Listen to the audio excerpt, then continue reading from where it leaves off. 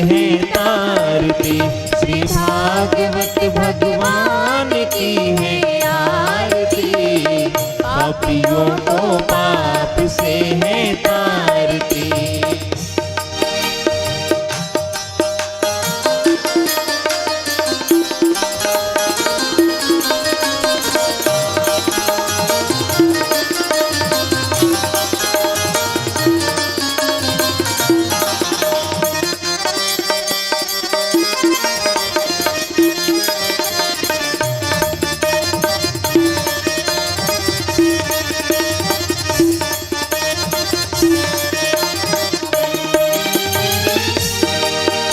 ये शांति गीत पावन पुनि पापों को मिटाने वाला, हरि दरस कराने वाला। ये शांति गीत पावन पुनीत पापों को मिटाने वाला, हरि दरस कराने वाला। ये शांति गीत पावन पुनीत पापों को मिटाने वाला, हरि दरस कराने वाला। हरि दरस कराने वाला। ये सुख करणी ये दुख हरणी, ये सुख करणी ये दुख हरणी, ये सुख करणी ये दुख हरणी। श्री मधुसूदन की आरती, पापियों को पाप से है तारती। श्री भागवत भगवान की है आरती, पापियों को पाप से है तारती।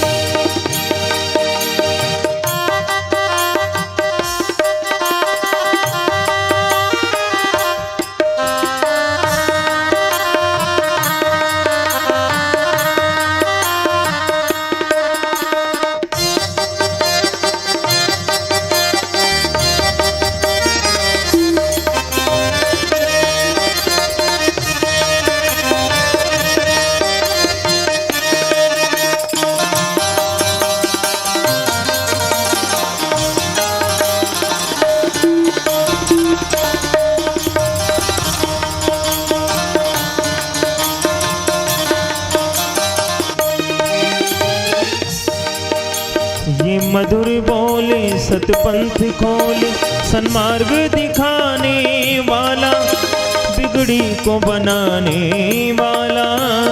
मधुर बोल सतपंथ खोल, सन्मार्ग दिखाने वाला, बिगड़ी को बनाने वाला। ये मधुर बोले सतपंथ खोले, सन्मार्ग दिखाने वाला, बिगड़ी को बनाने वाला। बिगड़ी को बनाने वाला। श्री राम यही घनश्याम यही, श्री राम यही घनश्याम यही, मेरे राम यही मेरे श्याम यही। श्री राम यही मेरे श्याम यही। प्रभु की महिमा की आरती, पापियों को पाप से है तारती। श्री भागवत भगवान की है आरती, पापियों को पाप से है तारती। श्री भागवत भगवान की है आरती, पापियों को पाप से है तारती। पापियों को पाप से है तारती, पापियों को पाप से है तारती। जलेन शीतलीकरणं पुष्पै देवाभिवन्दनम्, आरोग्यार्थे आत्माभिवन्दनम्। मन्त्रपुष्पाञ्जलिः। ॐ यज्ञेन यज्ञमयजन्त देवास्तानि धर्माणि प्रथमान्यासन्न, तेहनाकं महिमानः। सचन्त्र यत्र पूर्वे साध्याः सन्ति देवा, नानासुगन्धिपुष्पाणि यथा कालोद्भवानि च।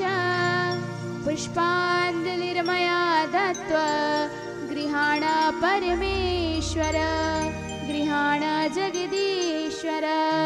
मन्त्रपुष्पाञ्जलिं समर्पयामि।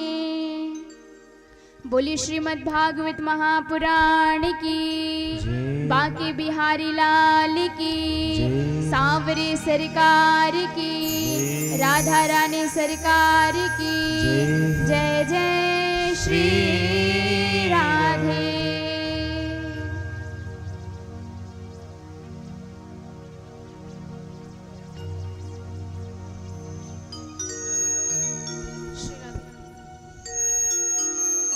श्री राधे, श्री राधे,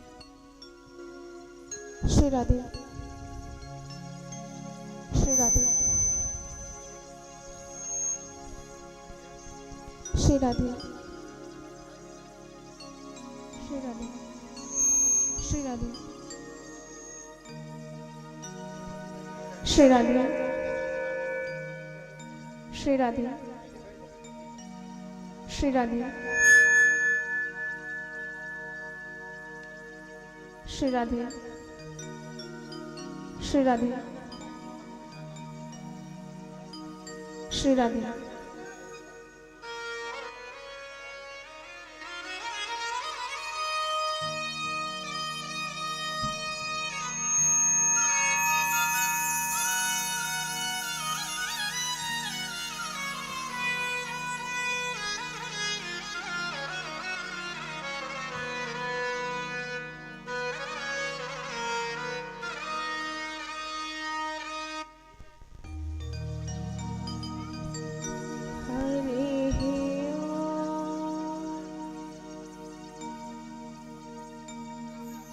श्री गणेशाय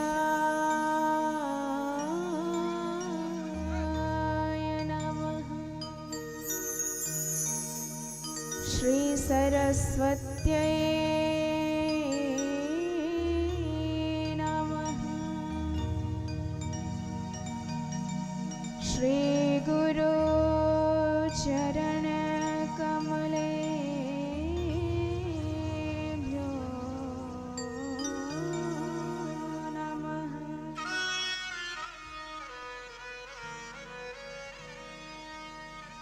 नमः परमहंसास्वादित चरण कमल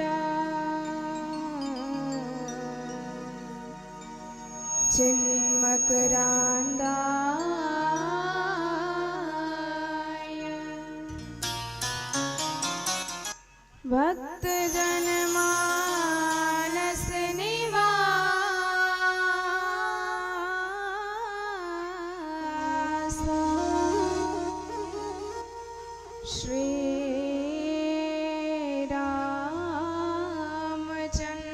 रामचंद्राय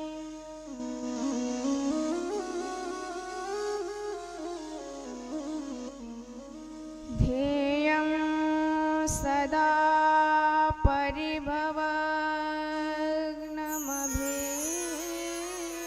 परिभवग्नमभीष्टदोहम्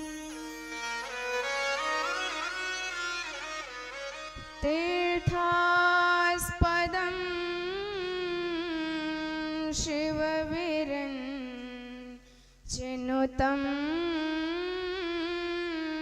शरण्यं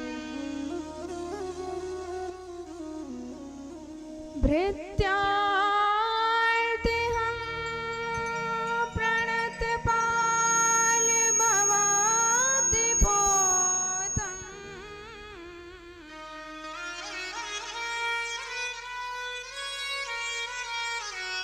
वन्दे महापुरुष ते चरणारविन्दम्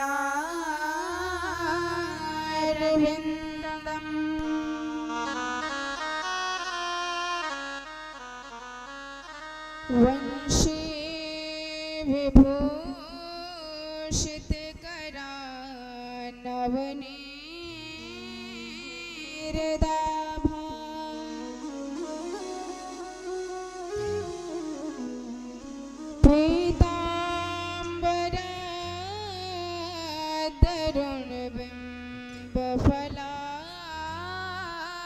पीताम्बरदरुणबिम्बफलाधरोष्ठा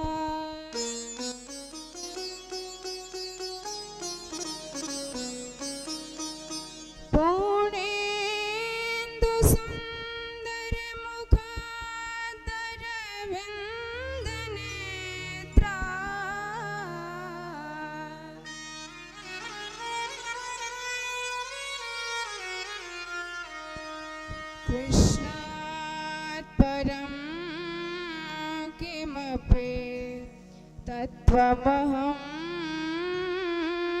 न जाने।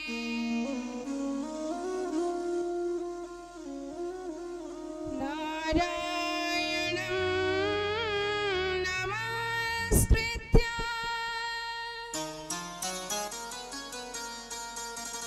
नरं चैव नरोत्तमम्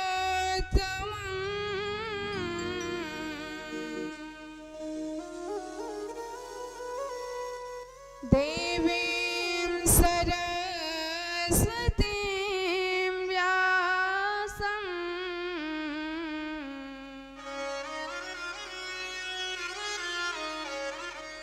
ततो जयमुदीरये।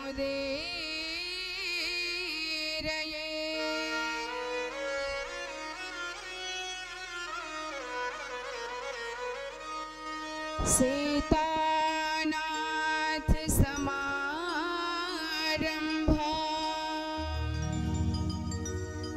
श्रीरामानन्दार्य मध्यमा अस्मदाचार्य पर्यन्ता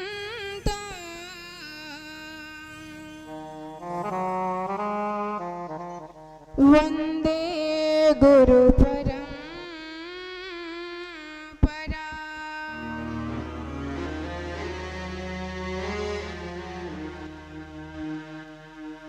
गौराङ्गं रस्मयं नित्यं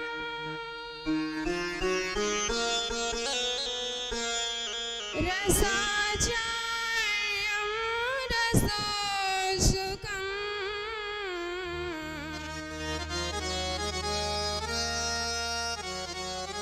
श्रीमद् रामहर्षण देवाख्यम्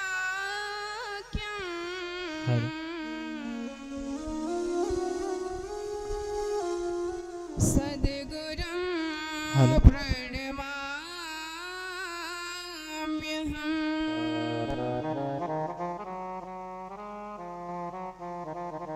दिव्यं दिव्यकथाकारम्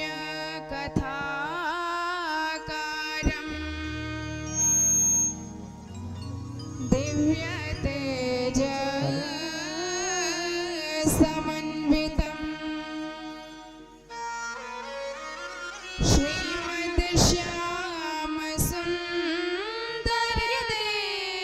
श्रीमद्श्यामसुन्दरदेवाख्यम् सद्गुरुं प्रणमाम्यहम्।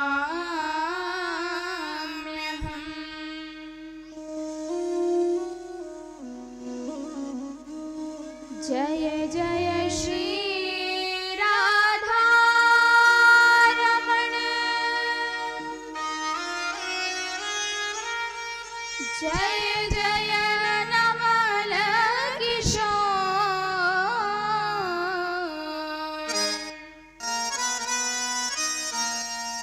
जय गोपी चित चोर प्रभु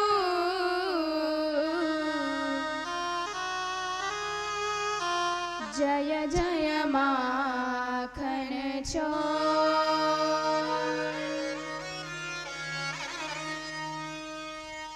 बोले भक्तवत्सल भगवान की जय हो।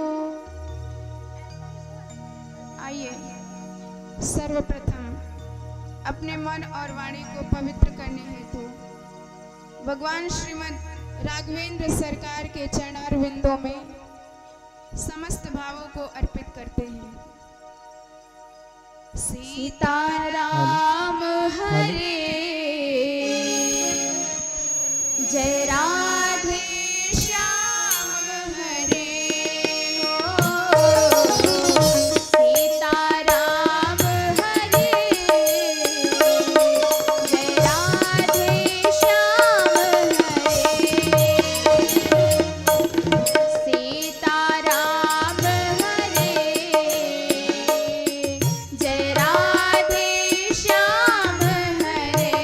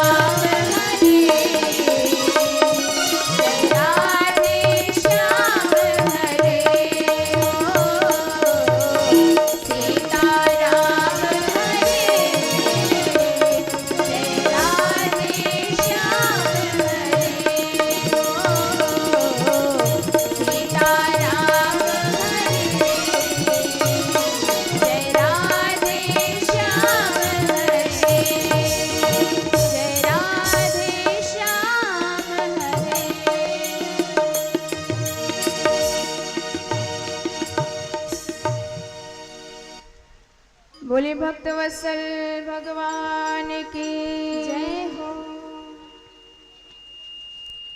सच्चिदानंद रूपाय विश्वोत्पत्त्यादि हेतवे तापत्रय विनाशाय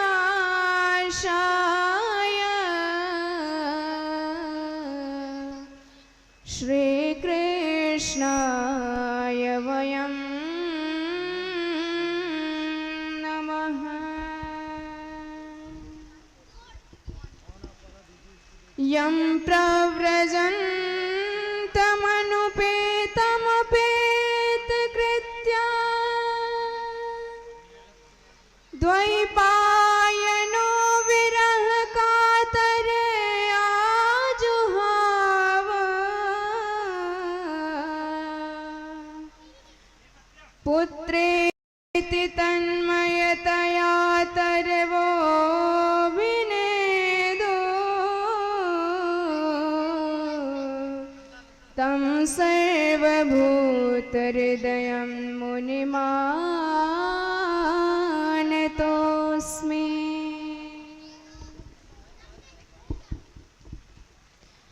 अनंत कोटि ब्रह्मांड नायक परब्रह्म परमात्मा जगदीश्वर अचिंत्य सकल गुण निधान अशरण शरण करुणा करुण करुणा वरुणालय भक्त वांछा कल्पतरु कोटि कंदर्प दर्प दलन पटियान निखिल रसात्मक सार सर्वस्व आनंद कंद मदन मोहन ब्रजेंद्र नंदन भगवान श्री श्याम सुंदर के चरणार बिंदों में अनंत प्रणति निवेदित करती हूँ,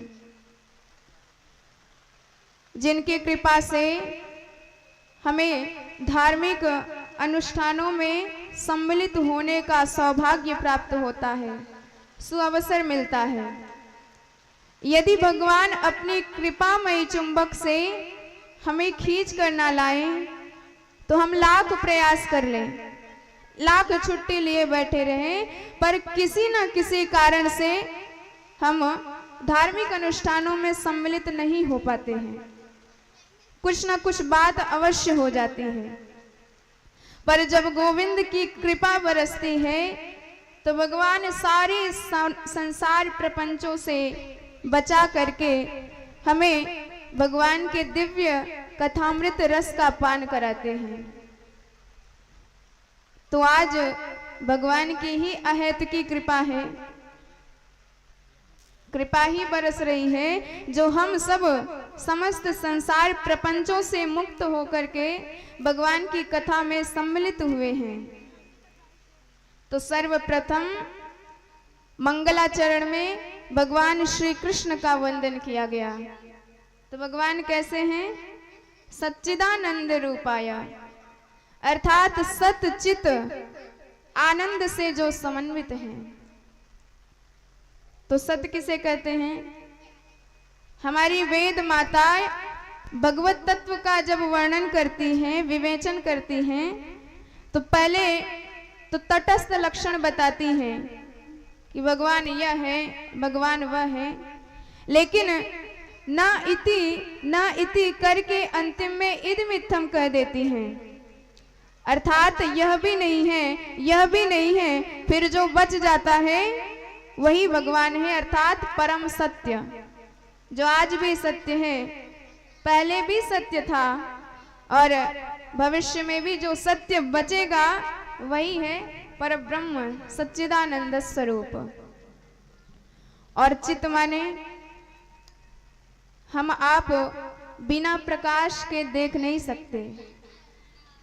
जब अंधेरा रहता है तो आप कुछ नहीं देख सकते, लेकिन जैसे ही भगवान भुवन भास्कर उदय होते हैं पूर्व दिशा में, तो त्रिभुवन का अंधकार मिट जाता है और हमें साक्षात दिखाई देने लगता है।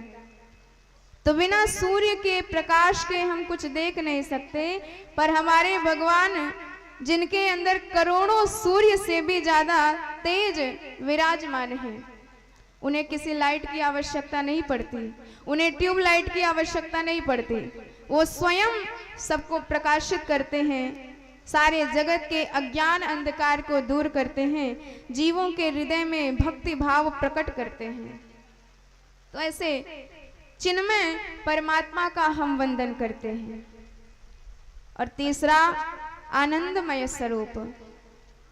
तो देखिए, हर प्राणी क्लेश से आक्रांत है।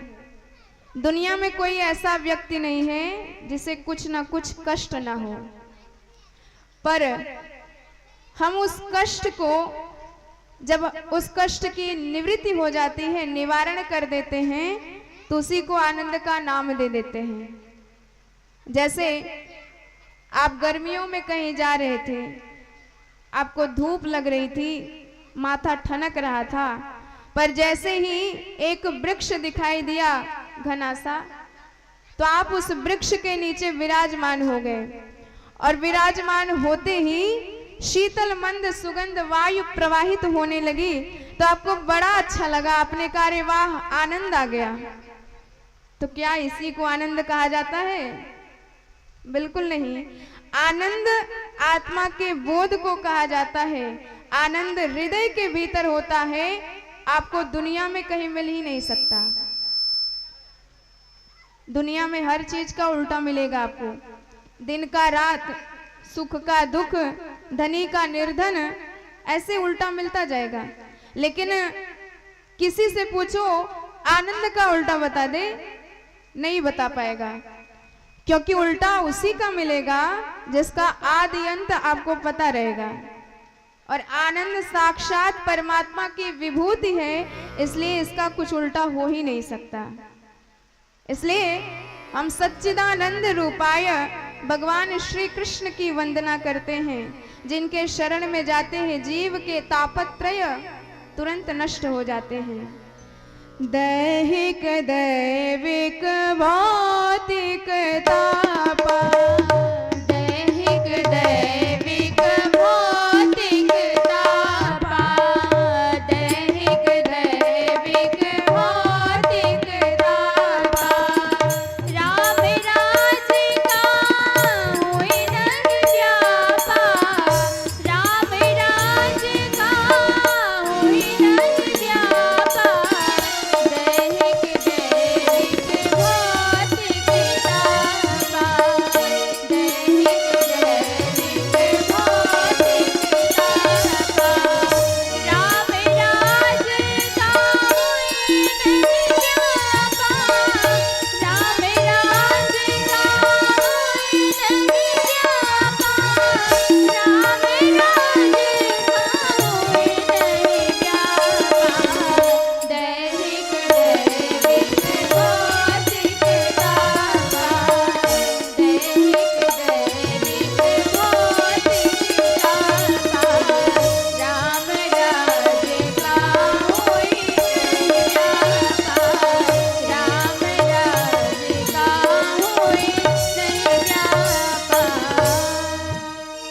तो जब आप भगवान की शरण में जाएंगे, तो चाहे जितना बड़ा दुख हो, चाहे आदि दैविक हो, आध्यात्मिक हो, आदि भौतिक हो, त्रिविध ताप शमनार्थम भगवान त्रिताप को नष्ट कर देते हैं और जीव को परम सुखी बना देते हैं।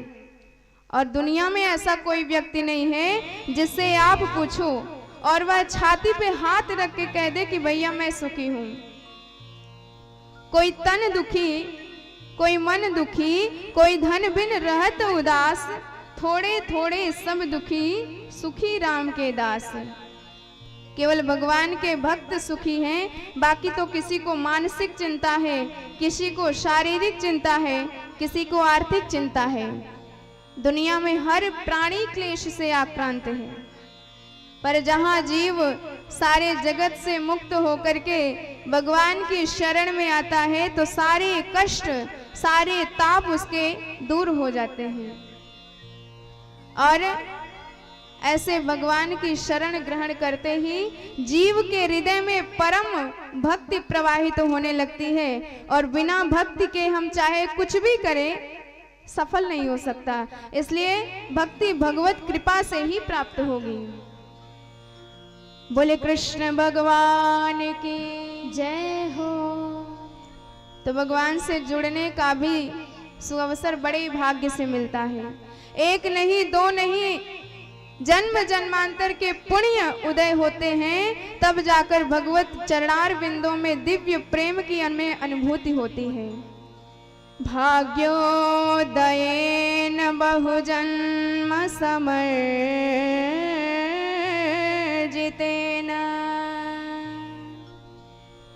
सत्संगमं च पुरुषो लभते यदा वै अज्ञान हेतु कृत मोह मदान्धकारनाशम् विधाय हि तदोदयते विवेकः। तो जब भगवत कृपा प्राप्त होती है हमें, तभी जाके सत्संग मिलता है, और जब सत्संग मिलता है तभी ज्ञान का सूर्य उदय होता है, और जब ज्ञान का सूर्य, विवेक का सूर्य उदय होता है तो जीव के हृदय के सारे पाप अंधकार मिट जाते हैं। तो भागवत कथा इसीलिए ही सुननी चाहिए ताकि हमारे जीवन में गोविंद के प्रति किंचन मात्र प्रेम पैदा हो।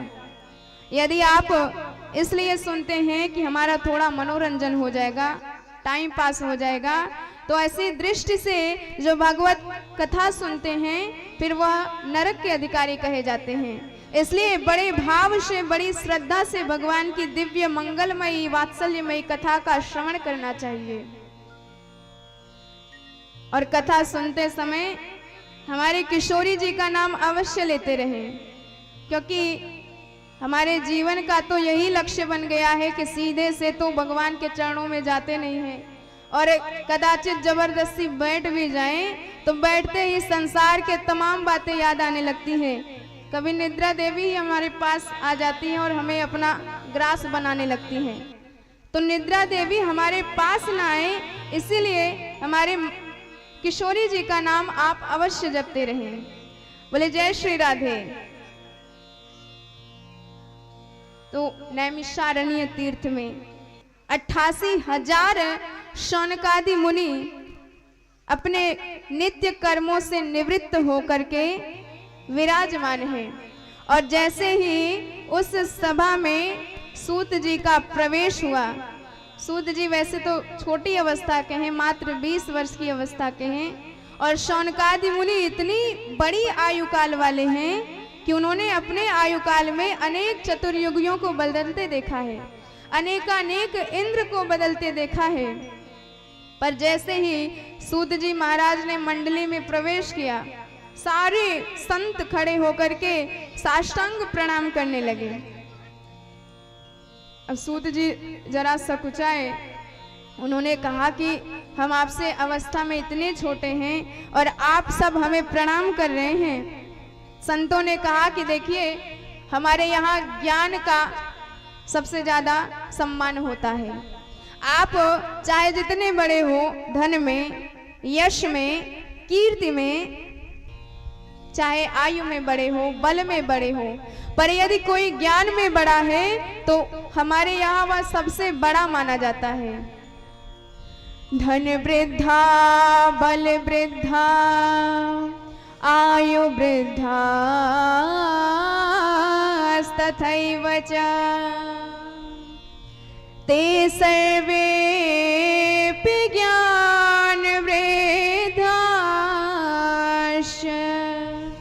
किंकराशेष्य किंकरा।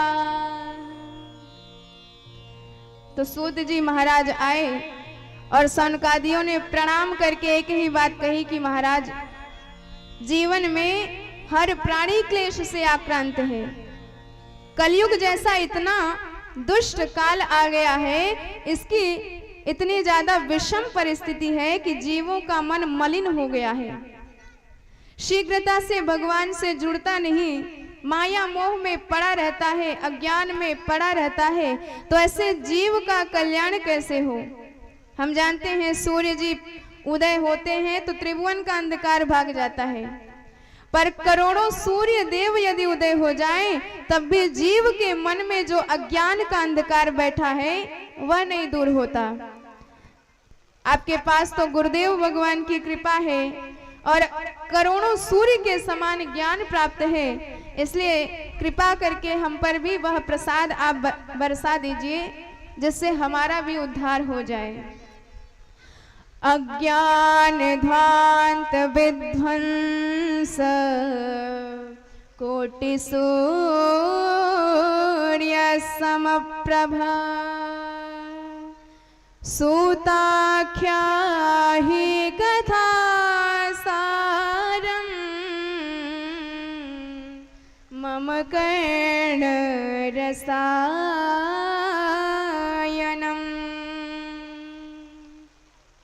श्रूयतां यद्भवा श्रेया पावनात् पावनं परम् कृष्ण प्राप्तिकरं शाश्वत साधनं तद्वदाधुना।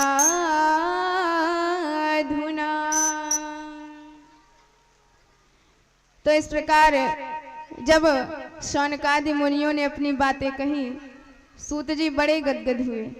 तो देखिए जीवों का यही कर्तव्य है, यदि संतों के पास जाए तो संसार की बातें लेकर ना बैठ जाए, क्योंकि बड़े सौभाग्य से संत का क्षण और भोजन की थाली में अन्न का कण प्राप्त होता है, और यदि यह सौभाग्य आपको मिल गया तो इसको व्यर्थ करने की आप कभी भी गलती ना करें। संत मिल गया है तो संत से एक ही प्रश्न करें कि भगवान के चरणों में प्रेम कैसे बढ़े। यहाँ हमारी ये स्थिति हो गई कि कोई विख्यात प्रख्यात संत का दर्शन हो जाता है तो फैक्ट्री कैसे चलेगी, बहू के बेटा कैसे होगा, हमारा यह कारोबार कैसे बढ़ेगा, ऐसे ऐसे प्रश्न कर डालते हैं सारे संसार के। तो न ही कश्चित क्षणमपि जात उत्तिष्ठत्य कर्म कृत कर्तारम यवशे कर्म सर्वः प्रकृति जैर गुणे। इसलिए जीव का कर्तव्य है, संत मिले तो भगवत प्राप्ति का ही उपाय पूछना चाहिए, भगवत प्राप्ति का ही साधन पूछना चाहिए। सूत जी बड़े गदगद हुए।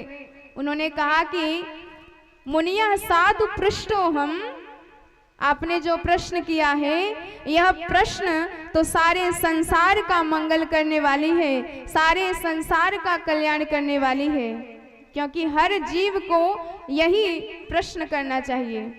तो आपने यदि हम पर इतना विश्वास किया है, गुरुदेव की कृपा भी है हम पर, तो हम अवश्य आपको ऐसा कुछ सुनाएंगे जिससे संसार का भय ही दूर हो जाएगा। तो गुरुदेव की जिस पर कृपा हो उसे जीवन में कुछ भी दुर्लभ नहीं होता है। आप चिंतामणि से कुछ मांगो तो आपको तुरंत दे देगी, कल्प वृक्ष के नीचे कुछ बैठ के याचना करो तो आपको तत्क्षण प्रदान कर देगी। पर दोनों में यह सामर्थ्य नहीं कि भगवत प्राप्ति करा दे, पर गुरुदेव भगवान की कृपा हो जाए तो वही भगवान जो बड़े दुर्लभ है, बड़े अगम्य हैं, वही हमें परम सुलभ हो जाते हैं। तो सौलभ्यता ये गुरुदेव भगवान ही दे सकते हैं। चिंता मणिर्लोक सुखम सुरद्रो स्वर्ग संपदम प्रयच्छति गुरु प्रीतो वैकुंठम योगी दुर्लभम। तो उन्होंने आगे कहा कि जीवन में सबसे बड़ा खतरा किसका है, सबसे बड़ा भय किसका है? मरने का। इस संसार में जो भी आया है उसे एक ना एक दिन इस संसार से जरूर जाना पड़ेगा, और हम हैं कि संसार से दूर जाना नहीं चाहते, इसी संसार को अपना बांध के रखना चाहते हैं। हम इतना प्रेम लगा लेते हैं सबसे, किसी को छोड़ना नहीं चाहते, ये मेरा, ये मेरा, मेरा मेरा, मैं और तोर, मोर तोर तय माया, इसी माया मोह के चक्कर में पड़े रहते हैं। और संसार का नियम है कि संसरति इति संसारः, वह पग पग प्रतिक्षण खिसकता रहता है। आज जो है कल नहीं रहेगा। तो ठीक इसी प्रकार हम जिसे बहुत अपना मानते हैं, कभी ना कभी वो हमसे छूट जाएगा या टूट जाएगा या फूट जाएगा, यही अवस्था होगी। तो इस जीवन में लक्ष्मी भी चला है, हमारा प्राण भी चला है, और हमारा आयु, हमारी जीवन, हमारे यौवन सब कुछ चलायमान है। चला लक्ष्मी, चला प्राणा, चला जीवित यौवनम, चला चले तो संसारे, धर्म एव हि निश्चलम। तो एकमात्र भगवान का प्रेम ही निश्चल है, तो उसी का सतत प्रयास करते रहना चाहिए। जब हमसे कुछ हमारा बहुत, जिसे हम बहुत चाहते हैं, वह छूट जाता है तो फिर हमें बड़ा कष्ट होता है। तो इसी संसार भय से मुक्त करने के लिए श्री सुखदेव भगवान ने दिव्य श्रीमद् भागवत महापुराण रूपी फल को प्रकट किया, जिससे त्रैलोक्य का उद्धार हो गया। तो जब परीक्षित महाराज को मरने का भय उपस्थित हुआ, 7 दिन में श्राप लगा मरने का, तो परीक्षित महाराज अपने कल्याण का मार्ग खोजने लगे। और इधर कल्याण का मार्ग खोज ही रहे थे कि हमारे सुखदेव भगवान पहुंच गए श्रीमद् भागवत महापुराण से उनका उद्धार करने के लिए। और गंगा तट पर सुखदेव भगवान जैसे ही इनको श्रीमद् भागवत की कथा श्रवण कराने लगे, तो सुखदेव भगवान करा ही रहे थे कि देवता लोग अमृत का घड़ा लेकर पहुंच गए। सुधा कुंभ गृहीत्वैव देवास तत्र समागम। तो जब साक्षात देवता लोग अमृत का घड़ा लेकर आए, उन्होंने कहा कि महाराज, हमने सुना है परीक्षित महाराज 7 दिन में मरने वाले हैं। तो सुखदेव जी ने कहा ठीक सुना है। तो कहने लगे हम ये अमृत का घड़ा लेके आए हैं, आप परीक्षित को यह पिला दीजिए। तो सुखदेव जी को बड़ा आश्चर्य हुआ। उन्होंने कहा कि आए दिन लोग इस धराधाम पर मरते रहते हैं, पर कभी भी ये देवता लोग घड़ा लेके अमृत का तो नहीं आए, पर आज परीक्षित के लिए ही घड़ा लेके क्यों आए। विचार कर ही रहे थे, कितने में देवताओं ने कहा कि सरकार आप अमृत तो अवश्य पिला दीजिए परीक्षित महाराज को, लेकिन बदले में जो भागवत अमृत इनको पिलाने जा रहे थे वह हम देवताओं को पिला दीजिए। तो जब ऐसी बातें कही तो सुखदेव जी समझ गए कि ये लोग धोखा कर रहे हैं। एवं विनिमये जाता सुधाराज्ञा प्रपीयता प्रपश्यामो वयं सर्वे श्रीमद्भागवतामृतम्।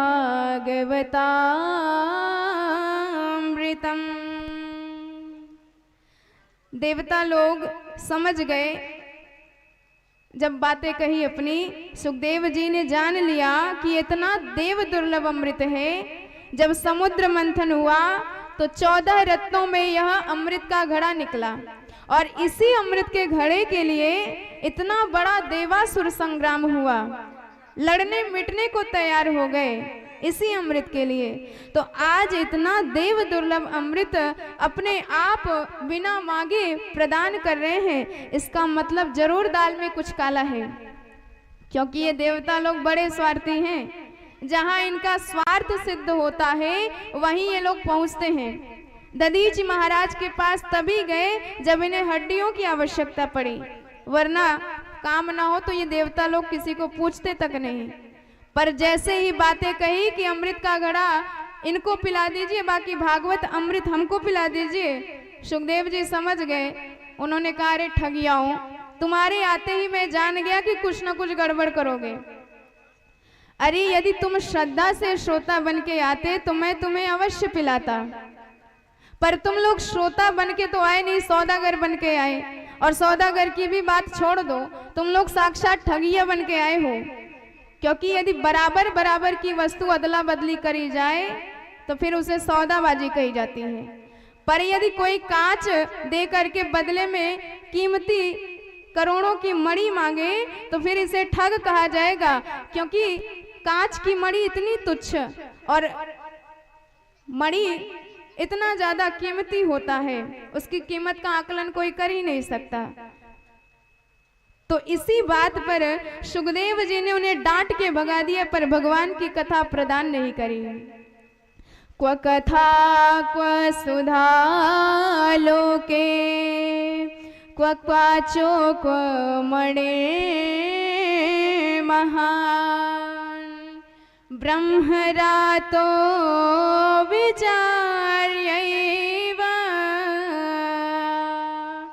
तदा देवान् जहाशः।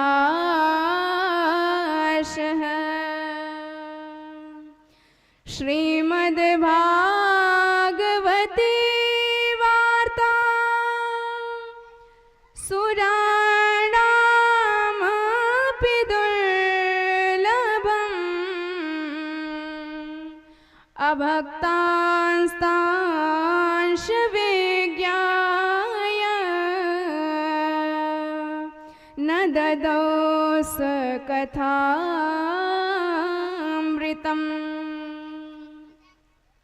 इसलिए हमारे यहाँ कहा जाता है कि यदि कोई श्रद्धा से भाव से भगवान की कथा सुनने आता है तो उसे परम पात्र जानकर आपका कर्तव्य है कि भगवान की कथा प्रदान करें। पर यदि कोई परीक्षार्थ भगवान की कथा सुनने आता है तो वह भगवान की कथा का पात्र कभी नहीं है। ऐसे अभक्तों को भगवान की कथा देनी ही नहीं चाहिए। तो सुखदेव भगवान ने डांट के भगा दिया, पर दिया नहीं। अब देवता लोग लौट के आए ब्रह्मा जी के पास, कहने लगे महाराज, मानवों को भगवान की कथा का अधिकार दिया है, पर हम देवता मानवों से श्रेष्ठ, हमको जरा भी अधिकार नहीं दिया। हम जानना चाहते हैं कि भगवान की कथा का महत्व क्या है, आखिर कितनी महिमा है भगवान की कथा की। तो ब्रह्मा जी ने कहा कि अब परीक्षित महाराज को कथा सुनने दो, उनका उद्धार होने दो। 7 दिन के बाद जो परिणाम निकलेगा उसी के अनुसार हम कुछ वर्णन करेंगे इसका। तो राज्ञो मोक्षम तथा वीक्ष्य पुरा धातापि विस्मृतः सत्यलोके तुलाम बद्ध्वा तोलयत् साधनान्यजः। 7 दिन के बाद जैसे ही परीक्षित महाराज को परम पद प्रदान करते देखा, तुरंत ब्रह्मा जी विधाता अपि विस्मृतः परम आश्चर्यचकित हो गए। सत्यलोक से तराजू मंगाई गई, एक पलड़े पर अनेकानेक साधन ग्रंथों को रखा संसार भर के, और दूसरे पलड़े पर साक्षात भगवत स्वरूप श्रीमद् भागवत को विराजमान किया। पर इतना आश्चर्य ब्रह्मा जी देख के बड़े आश्चर्यचकित हो गए। लघुनिन्यानि जातानि गौरवेण इदं महान् तदा ऋषिगणा सर्वे विस्मयं परमं ययुः। तो ब्रह्मा जी ने तुरंत घोषणा कर दी कि श्रीमद् भागवत सबसे श्रेष्ठ है, क्योंकि श्रीमद् भागवत की तुलना में सारे ग्रंथ ऊपर उठ गए और भार केवल श्रीमद् भागवत महापुराण में है, क्योंकि साक्षात भगवान ही इसके कण कण में समाहित है। इसके अक्षर अक्षर में गोविंद की श्यामलता समाई हुई है। तो श्रीमद् भागवताख्योयम साक्षात कृष्ण एव ही, यह साक्षात भगवत स्वरूप है। बोले श्रीमद् भागवत महापुराण की जय हो। तो प्रश्न किया सूत जी से। शौनकादि कहते हैं महाराज ये बताइए, भगवान की यह दिव्य कथा 7 दिन में ही क्यों सुनी जाती है? 7 दिन का सप्ताह नियम क्यों बनाया गया है? तो इस पर सूत जी ने कहा कि सनत कुमारों ने नारद जी को 7 दिन में सुना करके सप्ताह परंपरा प्रारंभ करी थी। तो बड़ा आश्चर्य हुआ। उन्होंने कहा महाराज हमने तो सुना है सनकादि मुनि कहीं जाते नहीं और ये नारद जी कहीं टिकते नहीं, तो ऐसे नारद जी और सनकादि मुनि 7 दिन तक एक साथ रह करके भगवान की कथा कैसे सुने, क्यों सुने, कब सुने, कहाँ सुने, सब सविस्तार हमें बताइए। लोक विग्रह मुक्तस्य नारदस्यास्थिरस्य स विधि श्रवे कुतः प्रीति संयोगा कुत्र तै सह। तो अब नारद जी का चरित्र सुनाते हैं सूत जी महाराज कि एक बार नारद जी वीणा बजाते हुए सत्संग की इच्छा से पूरे धरातल पर भ्रमण कर रहे थे, क्योंकि सनत कुमार भी इधर भगवान की कथा सुनने के लिए भ्रमण करने लगे।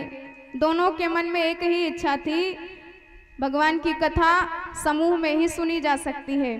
आप भजन करना हो, भगवान का ध्यान लगाना हो, तप करना हो, यज्ञ करना हो, ये सब आप एकांत में कर सकते हैं, पर भगवान की कथा सुनने के लिए समुदाय का जुटना आवश्यक होता है। बिना समुदाय के भगवत कथा नहीं हो सकती। तो इधर सनत कुमार, सनक सनंदन सनातन सनत कुमार टहल रहे हैं और उधर नारद जी टहल रहे थे।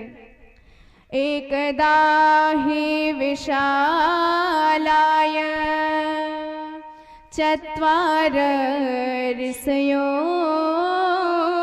मलाः सत्संगार्थं समायाता ददृशुस्तत्र नारद। और टहल ही रहे थे चारों कुमार की सामने से नारद जी आते दिखाई दिए। बड़े गदगद हुए, कोई भगवत रसिक मिला है। तो जैसे कोई बीड़ी पीने वाला दूसरे किसी को देखता है जो बीड़ी ही पीता हो, तो देखकर अपने पार्टी का है बड़ा प्रसन्न हो जाता है। तो अपने अपने रस के रसिक को देखकर सभी प्रसन्न हो जाते हैं। तो इधर जब किसी भगवत भक्त समाज की चिंता दूर करने वाले नारद जी चिंतातुर दिखाई दे रहे हैं, तो सनत कुमारों के मन में बड़ा आश्चर्य हुआ। पूछ लिया, प्रश्न कर लिया नारद जी से कि हे ब्राह्मण देव, आप दुखी क्यों हैं? कथम ब्रह्मण दीन मुखा कुतश्चिंता तुरो भवान् त्वरितं गम्यते कुत्र कुतश्चागमनं तव। इदानीं शून्यचेतोऽसि गतवेतो यथा धनः तवेदं मुक्तसङ्गस्य नोचितं वद कारणम्।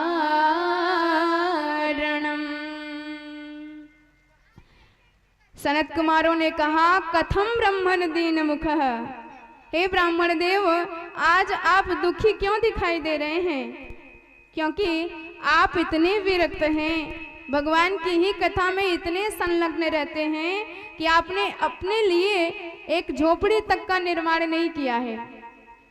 आखिर आपका क्या चला गया? गत वित्तो यथा धनः, जैसे कोई कृपण जो किसी धन को ही अपना सब कुछ मानता हो, प्राण से भी ज्यादा धन को मानता हो, यदि उसका एक भी रुपए चला जाता है तो बेचारे के मानो प्राण चले गए हैं, ऐसा दुखी हो जाता है।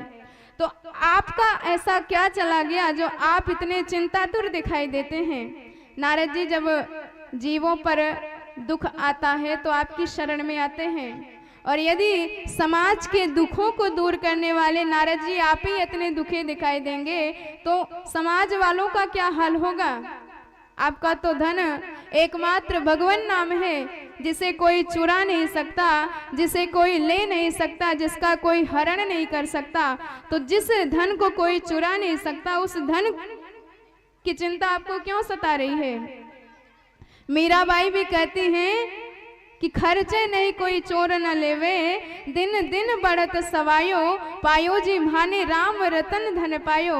मीराबाई बारंबार कहती हैं कि मेरा ऐसा धन है कि कोई चोर उसे चुरा नहीं सकता।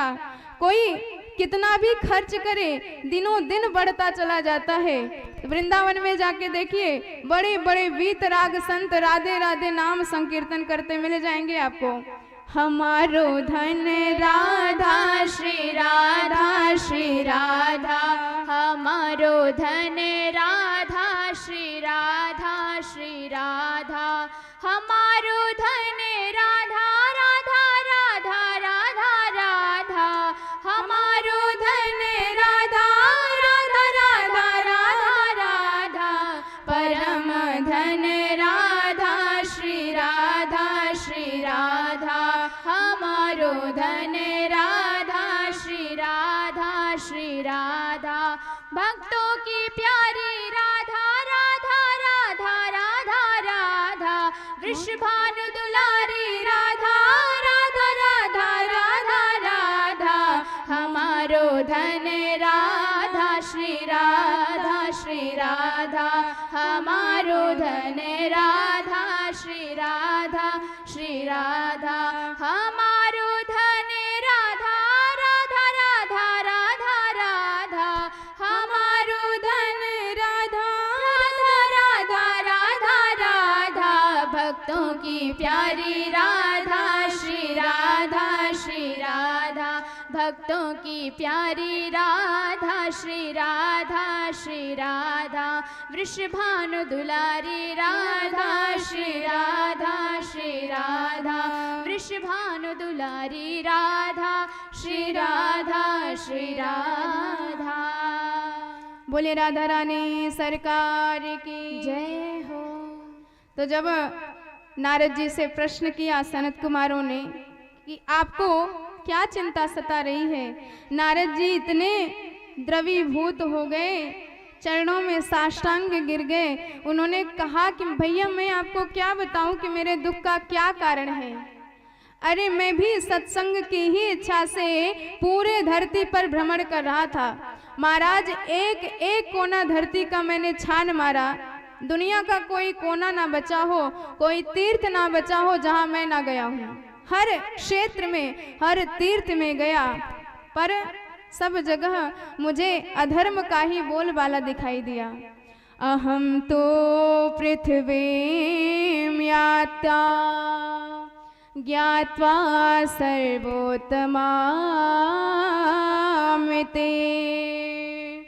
पुष्करं च प्रयागं च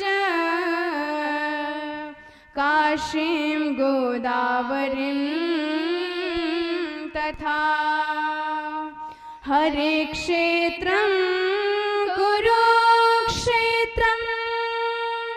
श्रीरङ्गं सेतुबन्धनम्, एतमादिषु तीर्थेषु भ्रममाण इतस्ततः।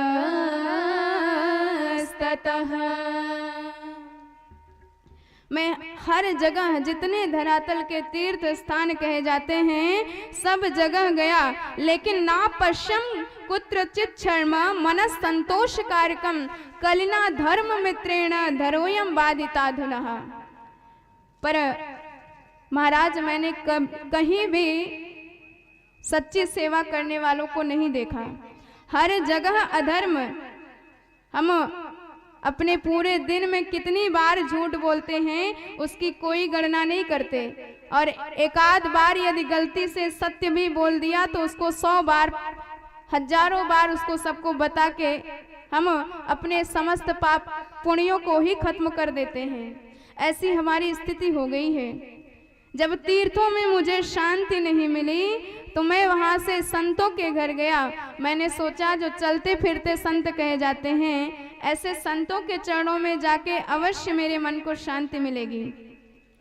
पर वहाँ भी हमको यही दिखाई दिया, पाखंड निरता संता, सारे संत भी पाखंड परायण होते चले गए हैं। कलयुग की तो ये स्थिति हो गई है, तपसी धनवंत दरिद्र गृही, कलि कौतुक तात न जात कही। जो तपस्वी हैं वो माला माल हो गए, धनवान हो गए। आजकल तो प्रॉपर्टी के हिसाब से महाराज का आकलन लगाया जाता है कि कितने श्रेष्ठ हैं, कितने विश्वविख्यात हैं। और जितने गृहस्थी हैं बेचारे दरिद्र होते चले जा रहे हैं। ऐसी कलयुग की विचित्र स्थिति हो गई है। सारे संतों का अर्थ ही बदल गया है।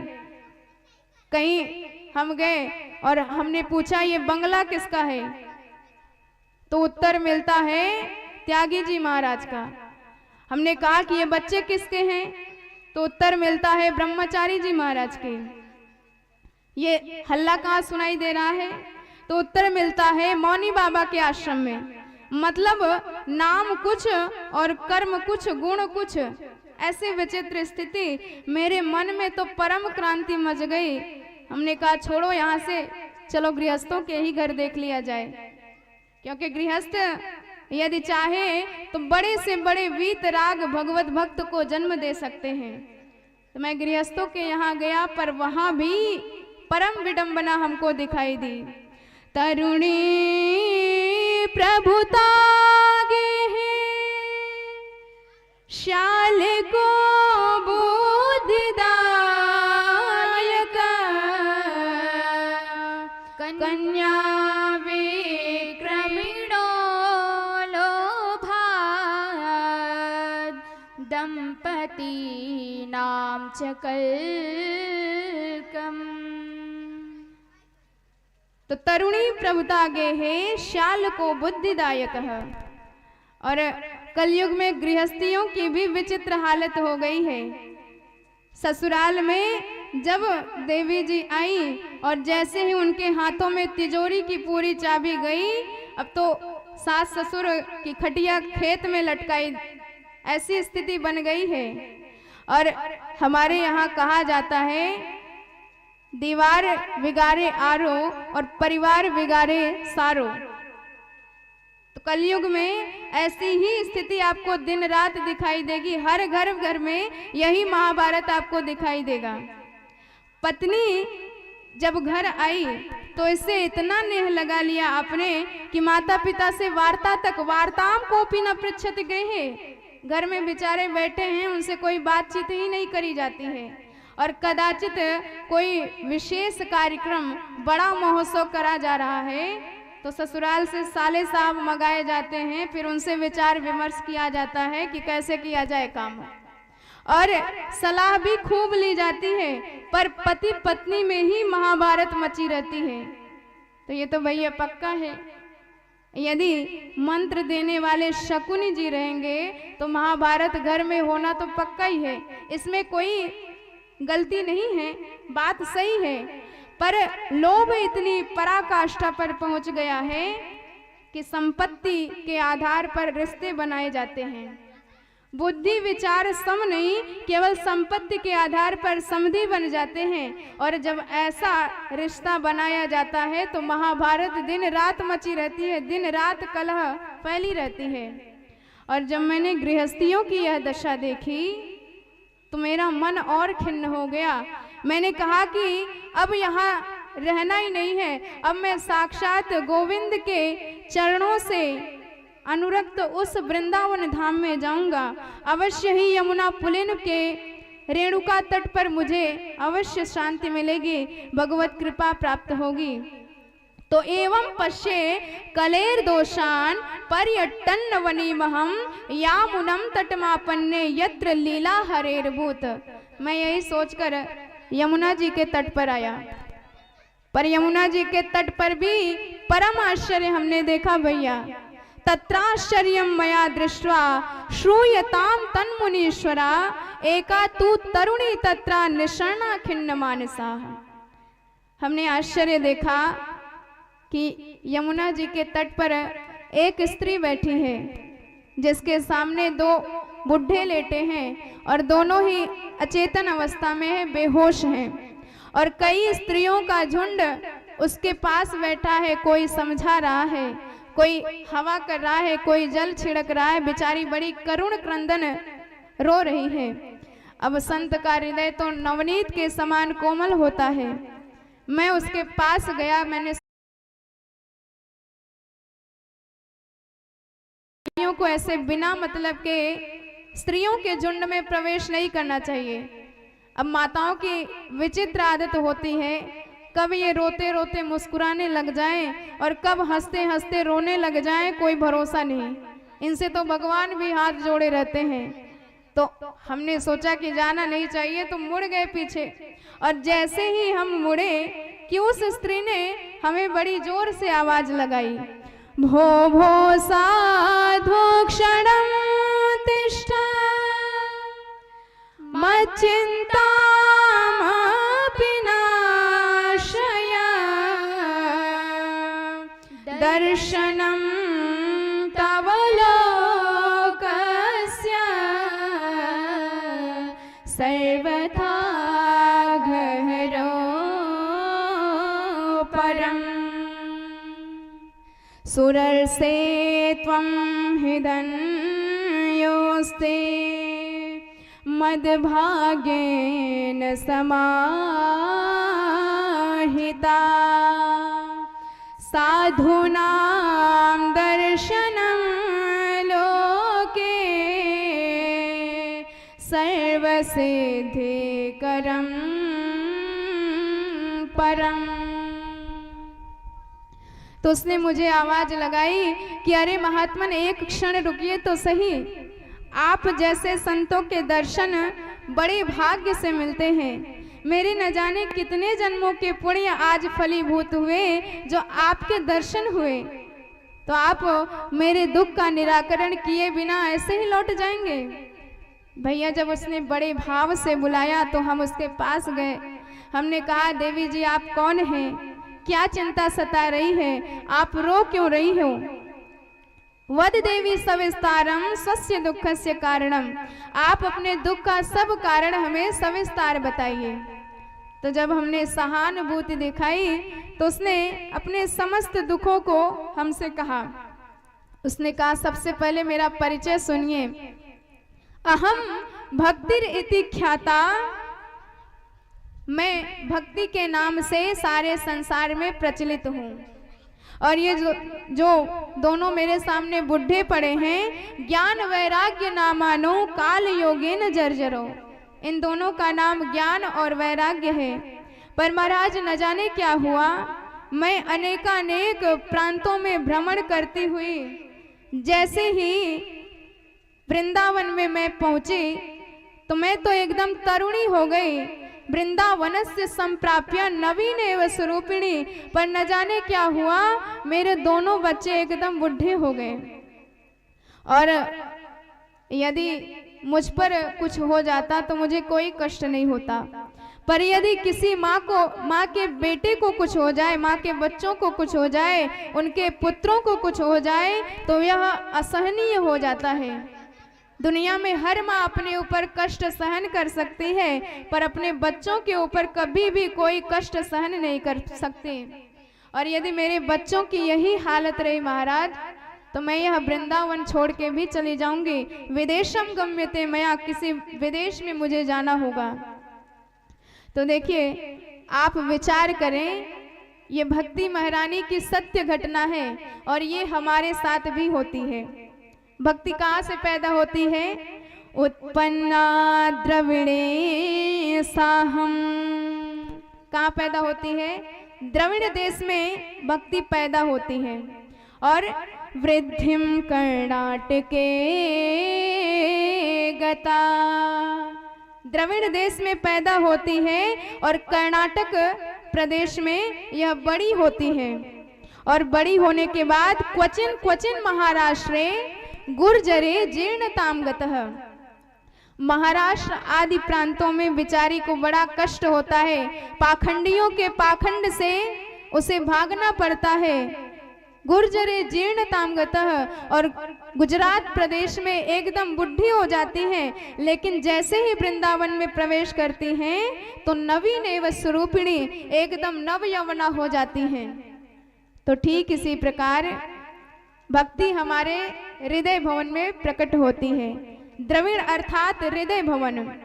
तो जैसे ही हम भगवान की कथा सुनने बैठते हैं और कथा सुन सुन के हमारा मन इतना द्रवीभूत हो जाता है, इतना करुणार्द्र हो जाता है, करुणा का रस प्रवाहित होने लगता है कि भक्ति उसी में प्रकट हो जाती है, पैदा हो जाती है।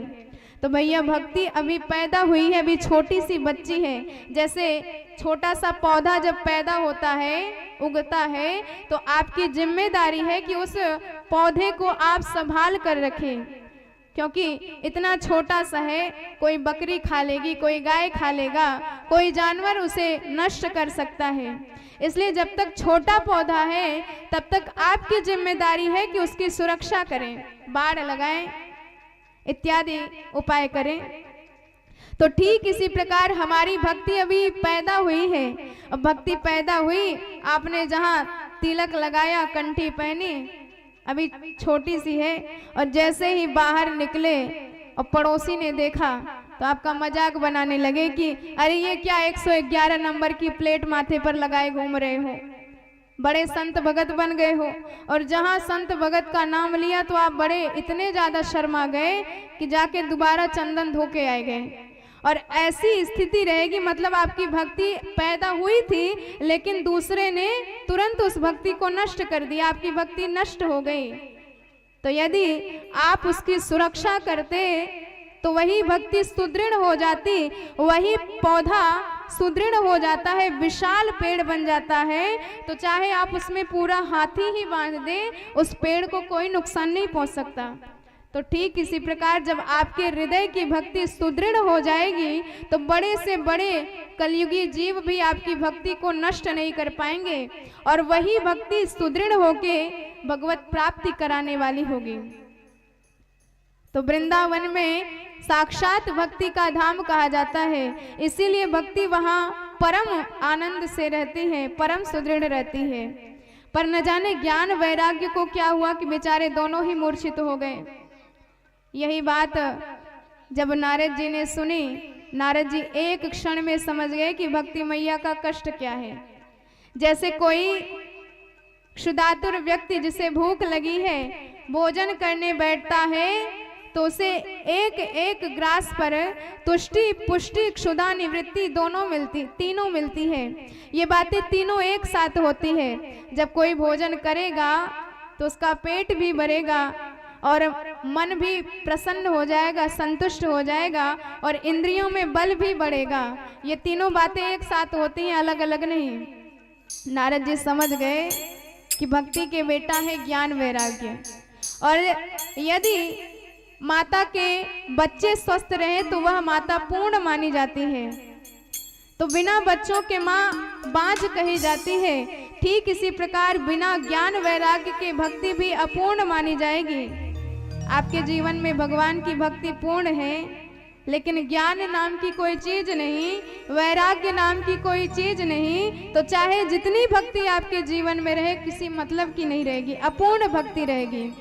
तो भक्ति आपके जीवन में आई है तो कम से कम कुछ ज्ञान भी रहना चाहिए, कुछ संसार से वैराग्य भी आपका रहना चाहिए, तभी जाके वह भक्ति पूर्ण रहेगी। और जब तक ज्ञान वैराग्य आपके जीवन में पूर्ण नहीं रहेंगे, भक्ति प्रसन्न कभी नहीं रहेगी, और भक्ति प्रसन्न नहीं रहेगी तो भगवान कभी नहीं मिलने वाले आपको। अब नारद जी ने कहा कि माता जी ये कलयुग की सारी गड़बड़ी है, क्योंकि कलयुग का वातावरण ही इतना खराब है कि लोगों की बुद्धि ही मलिन हो गई है। तेन लुप्तो सदाचारो योग मार्गस्तपांसि च। इस कलयुग में हम अपने सदाचार को ही भूल गए हैं। सदाचार मतलब जैसे हम पहले सुबह उठते थे तो सूर्योदय से पूर्व उठते थे, लेकिन आज ये हालत हो गई है कि हम सूर्योदय के बाद उठते हैं। पहले उठकर माता पिता को प्रणाम करते थे, पर आज माता पिता को आंखें दिखाते हैं कि हमको उठाया क्यों इतनी जल्दी। पहले हम प्रभाते कर दर्शनम, हाथ का दर्शन करते थे, उसी हाथ में भगवान नारायण की संकल्पना किया करते थे। लेकिन आज ये हालत हो गई है कि प्रभाते कप दर्शनम, जब तक चाय की प्याली घर वाली आपके बेड तक ना पहुंचा दे, आपकी सुबह होती ही नहीं। ऐसी स्थिति हो गई है। तेन लुप्तो सदाचारो योग मार्गस्तपांस च। और जब जीवन में सदाचार नहीं रहेगा, हमारा नियम धर्म सही नहीं रहेगा, तो भगवान की भक्ति जीवन में कभी उतर ही नहीं सकती। इसलिए आपका कर्तव्य है कि सदाचरण को अवश्य निभाएं। जो जो कर्म नित्य के बताए गए हैं उन कर्मों को आप अवश्य करें, तभी जाके हमारी बुद्धि शुद्ध होगी और उसी शुद्ध बुद्धि में भगवान की भक्ति का निवास होगा। भक्ति मैया ने कहा, नारद जी, यदि यह कलयुग इतना दुष्ट है तो इस कलयुग को परीक्षित ने मारा क्यों नहीं? परीक्षित ने खड्ग उठाया था तो इसे मार देना चाहिए था। नारद जी कहते हैं कि माता जी, कलयुग परीक्षित महाराज की शरण में चला गया, दीनहीन वत शरणं गतः।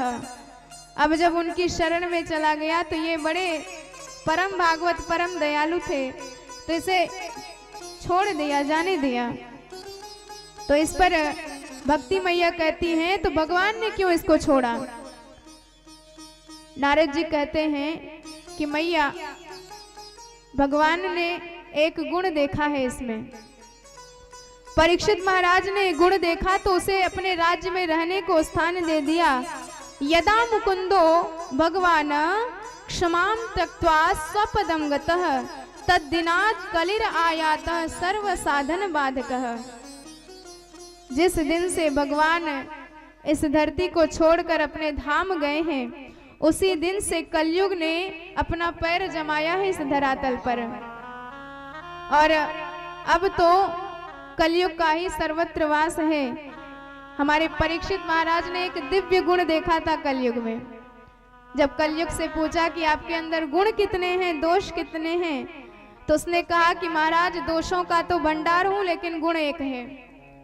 अच्छा, वो गुण क्या है? तो कहते हैं, यत् फलम नास्ति तपसा न योगेन समाधिना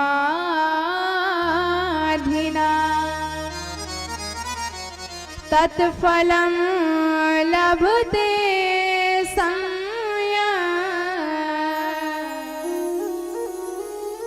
कलौ के शव के तना।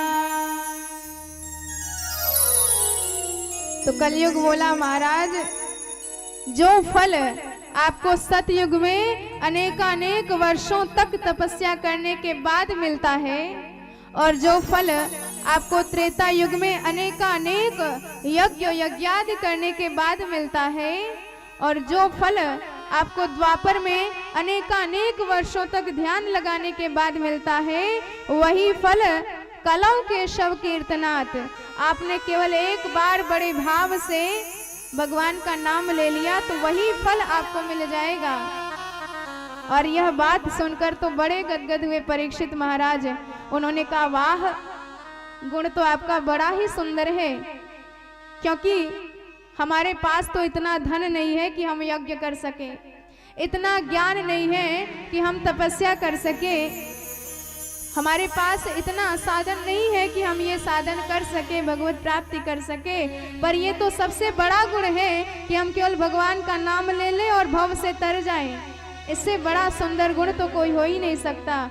हमारे गोस्वामी तुलसीदास जी भी यही कहते हैं, कल जुग केवल हरि गुण गाहा, कल जुग केवल हरि गुण गाहा, गावत नर पावै भव थाहा, गावत नर पावै भव थाहा, कल जुग केवल हरि गुण गाहा, कल जुग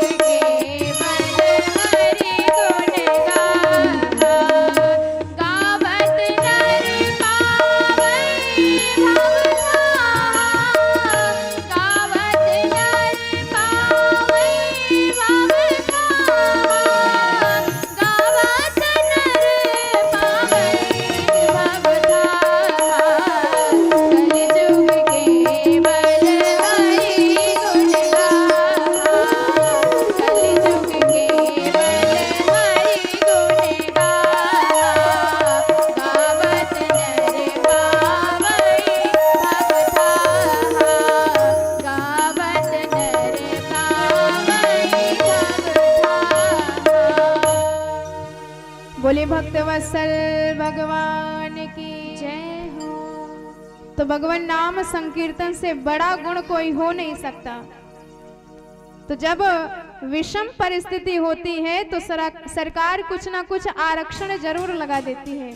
तो भगवान ने देखा कि कलयुग वालों की बुद्धि तो उतनी ज्यादा है नहीं, भाग्य भी उतना नहीं है, तो भगवान ने एक आरक्षण दे दिया कि केवल आप नाम जप करते जाएं और भगवान आपका बेड़ा भव से पार लगाते जाएंगे। इतना बढ़िया गुण। पर जैसे ऊसर में आप चाहे जितना हाई क्वालिटी का बीज बो दें, ऊसर में बोया है तो बेकार ही जाएगा।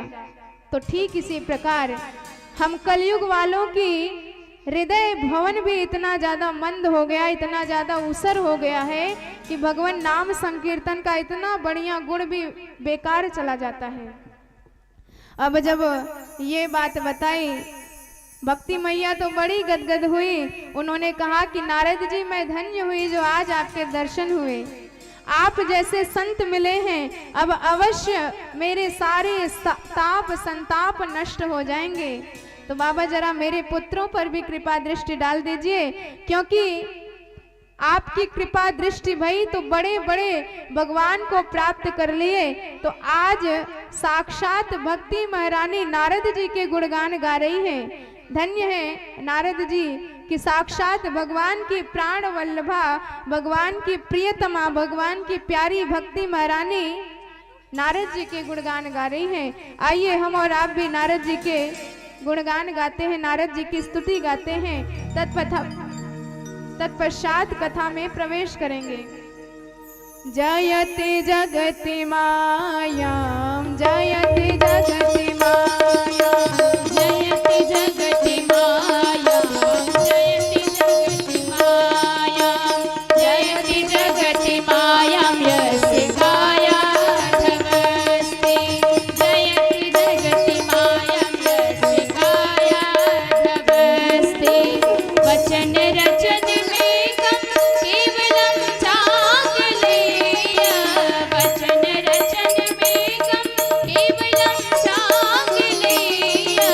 जयति जगति मायां, जयति जगति मायां, जयति जगति मायां यस्य कायाधवस्ति। वचन रचन में केवलं चांगलेय, वचन रचन में केवलं चांगलेय। ध्रुवपदमपि आश्रयति पातो ध्रुवोऽयं, ध्रुवपदमपि आश्रयति पातो ध्रुवोऽयं। वचन रचन में वचन रचन में वचन रचन में वचन रचन में वचन रचन में केवलं चांगलेय, वचन रचन में केवलं चांगलेय। ध्रुवपदमपि आश्रयति पातो ध्रुवोऽयं, ध्रुवपदमपि आश्रयति पातो ध्रुवोऽयं। सकल कुशल पात्रं, सकल कुशल पात्रं, सकल कुशल पात्रं ब्रह्मपुत्रो नतास्मि, सकल कुशल पात्रं ब्रह्मपुत्रो नतास्मि। जयति जगति मायां, जयति जगति मायां, जयति जगति मायां, जयति जगति मायां। बोले भक्तवत्सल भगवान की जय हो।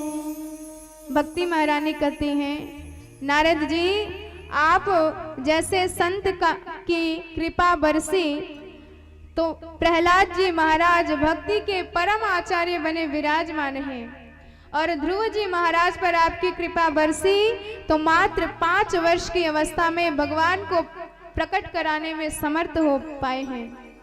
तो जरा वही कृपा दृष्टि हमारे पुत्रों पर भी बरसा दीजिए तो हमारा भी कल्याण हो जाए। नारद जी ने कहा कि माता आप चिंता क्यों करती हो? अरे जिन भगवान ने कौरवों की कुत्सित सभा के बीच में द्रौपदी की रक्षा करी है, जिन भगवान ने गोपियों का पालन पोषण किया है, वह भगवान कहीं गए नहीं हैं। वह आज भी आपके और भक्तों के हृदय में विराजमान है, इसलिए आपको चिंता करने की आवश्यकता नहीं है। द्रौपदी ये परित्राता येन कौरव कश्मला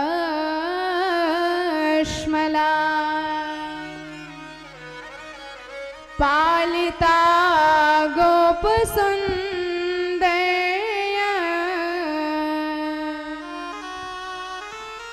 सकृष्णः क्वापि नो गता त्वं तु भक्ति प्रिया तस्य सततं प्राणतोऽधिका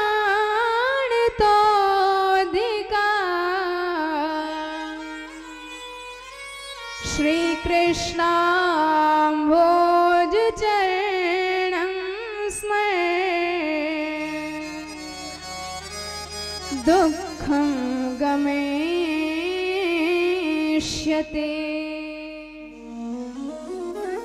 नारद जी ने कहा कि माता जी, आप तो भगवान की प्राण वल्लभा हो, भगवान की प्रियतमा हो, भगवान को इतनी प्यारी हो, जहां जहां आप जाती हो पीछे पीछे भगवान लगे रहते हैं आपके। आप चाहे गजेंद्र के हृदय में विराजमान हो, चाहे भालू के हृदय में बैठी हो, चाहे पतित के घर में बैठी हो, चाहे संत वैष्णव के हृदय भवन में बैठी हो, जहां जहां भक्ति महारानी वहां वहां भगवान आए बिना रह नहीं सकते। त्वया हूतस्तु भगवान याति नीचं ग्रहेष्वपि। चाहे कोई ऊंचा हो, चाहे कोई नीची जाति का हो, पर यदि हृदय में भक्ति महारानी विराजमान है तो ठाकुर जी आए बिना रह नहीं सकते। भक्ति की इतनी ज्यादा महिमा है, तो आपको चिंता करने की आवश्यकता ही क्या है। श्री कृष्ण चरणाम्भोजं स्मर दुःखं गमिष्यति। आप तो भगवान के भवरोग को मिटाने वाले चरण कमलों का ध्यान करते जाए माता जी, भगवान अपने आप आपका उद्धार कर देंगे। आइए हम और आप भी भक्ति महारानी के साथ भगवान के चरणों में अपने मन को लगाते हैं, तत्पश्चात कथा में प्रवेश करेंगे। ब्रज की नंद लाला श्री राधा जी की सावरिया, ताली बजाते हुए सब दुख दूर हुए जब तेरा नाम लिया। ब्रज के नंद लाला श्री राधा जी की सावरिया, सब दुख दूर हुए जब तेरा नाम लिया।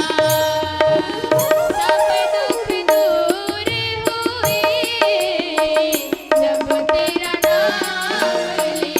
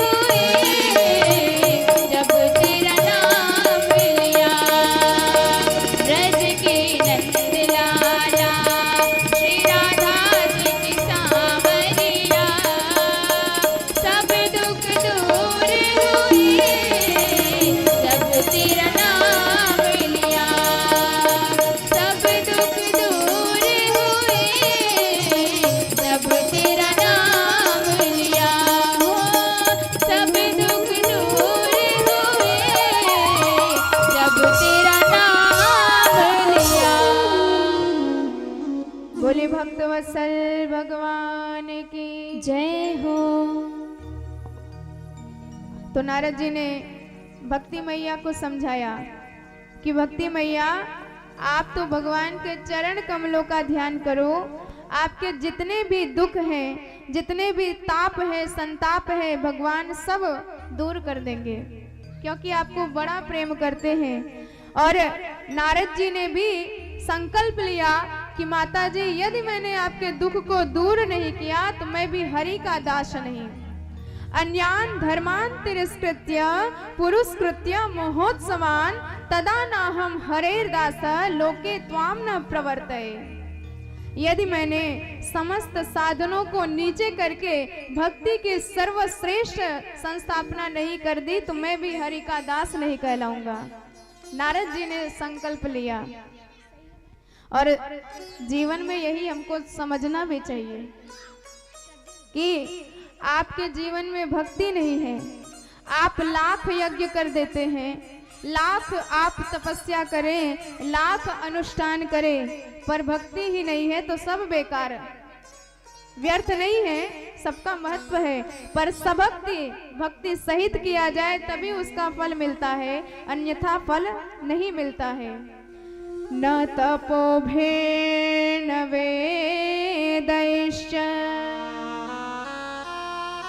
न ज्ञानेनापि कर्मणा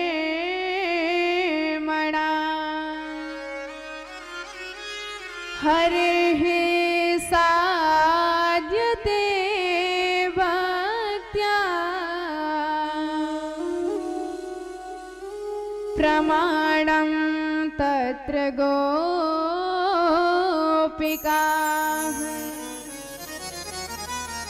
तो भगवान किससे मिलते हैं?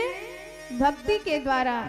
आपके जीवन में यदि भक्ति आ जाए, आपको कुछ नहीं पता है पर भक्ति पता है, तो भगवान अपने आप आपके जीवन में, आपके हृदय में प्रकट हो जाएंगे। यह है भक्ति मैया की विशेषता है। यह बोल भक्ति महारानी की। तो जब भक्ति मैया को समझाया, अब नारद जी आए और ज्ञान वैराग्य के कान से मुख सटा करके उनको स्वस्थ करने का उपाय करने लगे।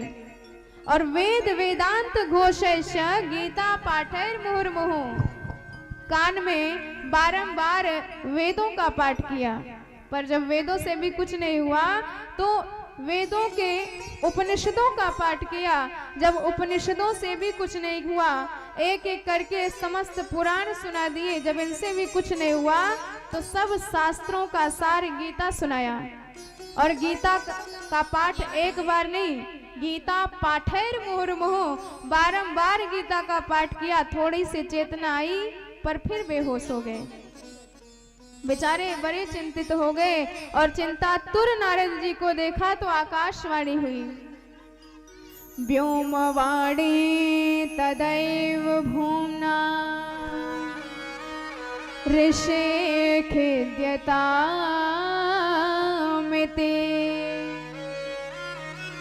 उद्यमः सफलस्तोऽयम्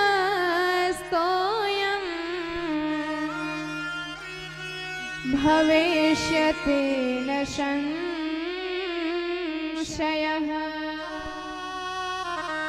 आकाशवाणी ने बताया, नारद जी सत्कर्म करो, अवश्य आपको अपने लक्ष्य में सफलता मिलेगी। नारद जी ने कहा, सत्कर्म हमने कितने किए, हमने वेद पढ़े, गीता का पाठ सुनाया, यदि ये सत्कर्म नहीं तो सत्कर्म किसे कहते हैं, आप ही बताएं। तो आकाशवाणी ने कहा, एतदर्थम तु सत्कर्म सुरर्षे त्वं सर्वाचर। आपको कोई संत बताएगा कि सत्कर्म किसे कहा जाता है। अब नारद जी ने कहा, ये तो दोनों बातें गोलमोल घुमा के रख दी। अरे कम से कम सत्कर्म का नाम बता देते तो हम सत्कर्म कर देते, या फिर उस संत का ही नाम बता देते जिनके पास हमें यह उपाय मिलेगा तो हम उसी के पास पहुंच जाते। पर दोनों ही बातें गोलमोल करी। तो चलो हम भी चलते हैं, ढूंढेंगे, कोई ना कोई तो मिल ही जाएगा।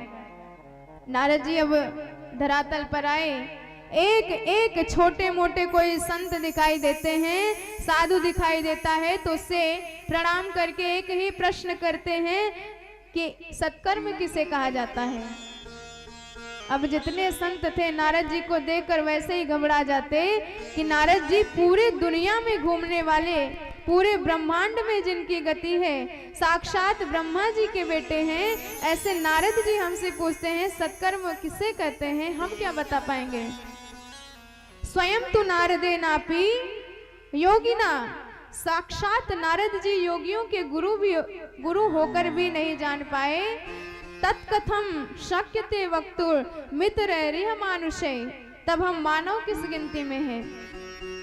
देखिए, यदि कोई छोला छाप डॉक्टर किसी विश्व प्रसिद्ध डॉक्टर के पास जाए और प्रश्न करे तो वह बता देगा, लेकिन यदि कोई विश्व प्रसिद्ध डॉक्टर किसी झोला छाप डॉक्टर के पास जाए, छोटे मोटे डॉक्टर से प्रश्न करे तो बेचारा उत्तर नहीं दे पाएगा, क्योंकि उसकी प्रतिष्ठा अपने आप में ही ऊंची है, तो कहां से बता पाएगा। और नारद जी भी सर्वश्रेष्ठ संत कहे गए हैं, योगियों के भी गुरु कहे गए हैं। जब वही नहीं जान पाए तो छोटे मोटे संतों की क्या औकात जो जान पाए। अब कोई बचने के लिए दाएं बाएं हो गए, कोई इशारा कह देते महाराज हमारा मौन व्रत चल रहा है, मौन व्रत खुले तब हम आपको उत्तर दें। नारद जी को कहीं भी उत्तर नहीं मिला। मुकी भूयास तथान्य तू कियन तस्तु पलायितः। अब नारद जी ने कहा कि हम सोचे कि अब बद्री विशाल में जाते हैं, अवश्य मेरे प्रश्नों के उत्तर मिल जाएंगे।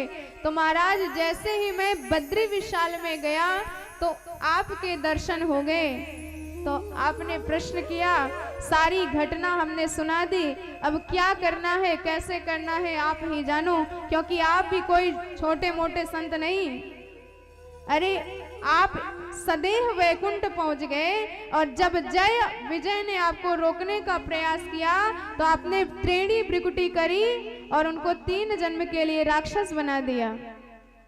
ये शाम्रो भंग मात्रेण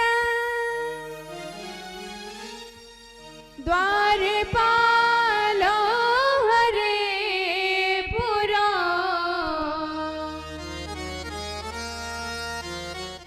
भूमो निपतितो सद्यो, यत् कृपातो पुरं गतः।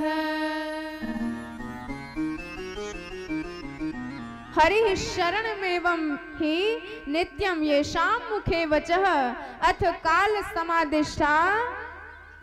नारद जी बताते हैं कि हे भैया, आपकी भ्रिकुटी टेढ़ी होने पर जय और विजय 3 जन्म के लिए राक्षस बन गए। आपके जीवन में इतनी विशिष्ट तपस्या है कि नित्य 24 घंटे आपके मुखों से हरि शरण निकलता रहता है, और इतनी बड़ी तपस्या है कि काल भी आपके ऊपर आंच नहीं डाल सकता।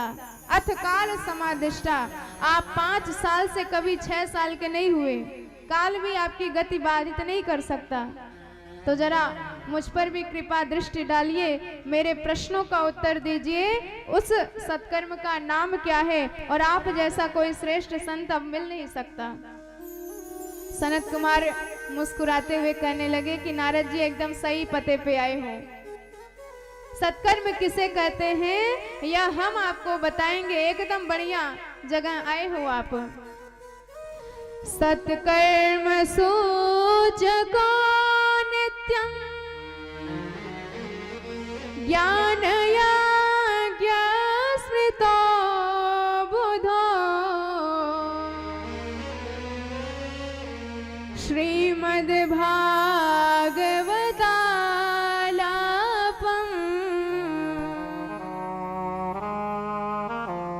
सतुगीतः शुकादिभिः।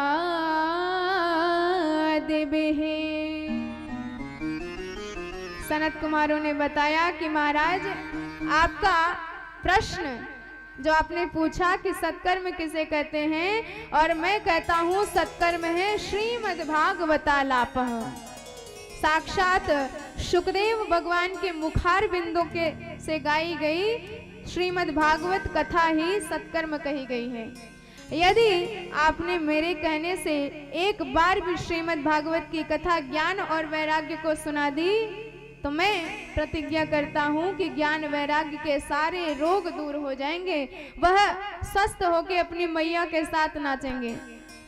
नारद जी को विश्वास नहीं हुआ। उन्होंने कहा कि महाराज, भागवत कथा हमने भी सुनी है, ब्रह्मदेव ने ही हमको सुनाई है, पर मैं जानता हूँ कि भागवत कथा में वैदिक तत्वों की ही व्याख्या करी गई है। तो बताइए, जब पूरा वेद रूपी वृक्ष कुछ नहीं कर पाया तो उसका फल भागवत क्या कर पाएगा। सनत कुमार मुस्कुराए। उन्होंने कहा, बात तो तर्क तो तुम्हारी बड़ी बढ़िया है, लेकिन जरा ये बताओ, किसी ने आम का फल खाया और जब फल का आस्वादन किया तो फल बड़ा मधुर लगा। उसने कहा, अरे वाह, जब फल इतना मीठा है तो इसको पैदा करने वाला पेड़ कितना मीठा होगा। और यही कुतर्क लगा के वह फल फेंक करके वृक्ष ही चबाने लग जाए तो जरा बताओ, क्या उसे स्वाद मिलेगा। रस लेने के लिए उसको फल का ही आस्वादन करना पड़ेगा। ठीक इसी प्रकार वेद कल्प वृक्ष है जिसका फल है श्रीमद् भागवत, पर जो काम श्रीमद् भागवत कर सकता है वह काम पूरा पेड़ नहीं कर सकता। जैसे आप पूड़ियाँ तल रहे थे घी में और पूड़ियाँ तलते तलते आपका घी समाप्त हो गया, तो किसी ने तर्क दिया कि दूध से ही घी बनाया जाता है, तो जरा बची हुई पूड़ियाँ आप दूध में ही निकाल लो। तो जरा बताइए, क्या आप दूध में पूड़ियाँ तल सकते हैं।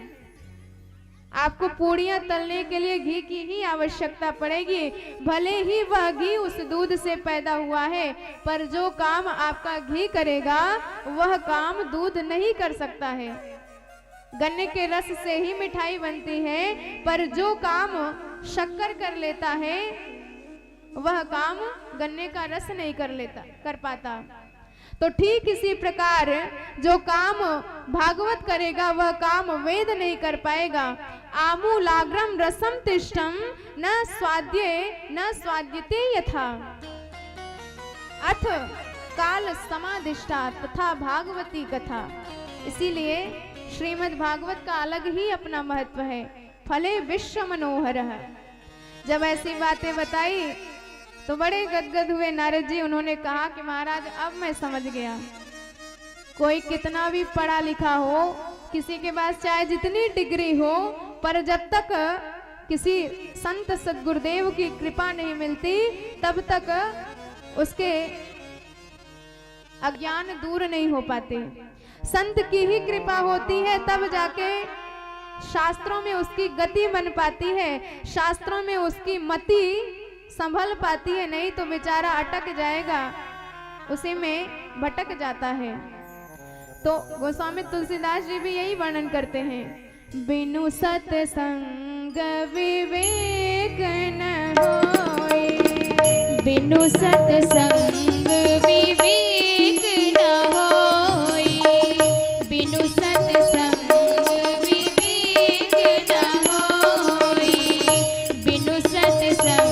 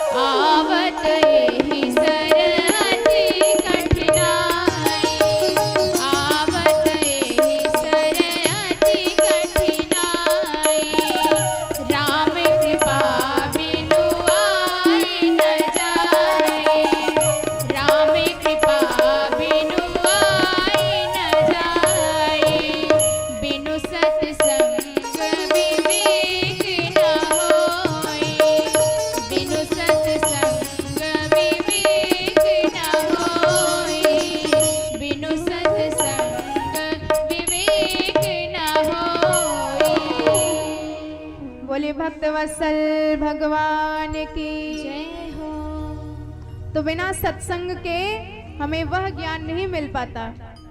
नारद जी ने कहा कि भैया मेरे बड़े भाग्योदय हुए, भाग्योदयन बहुजन्म समर्जिते न सत्संग मम च लभते पुरुषौ यदा वै। मेरा भाग्योदय हुआ है जो आप जैसे उत्कृष्ट संतों के दर्शन हुए हैं। तो अब कथा भी मैं आपके ही मुखार बिंदों से सुनूंगा। सनत कुमार बड़े गदगद हुए।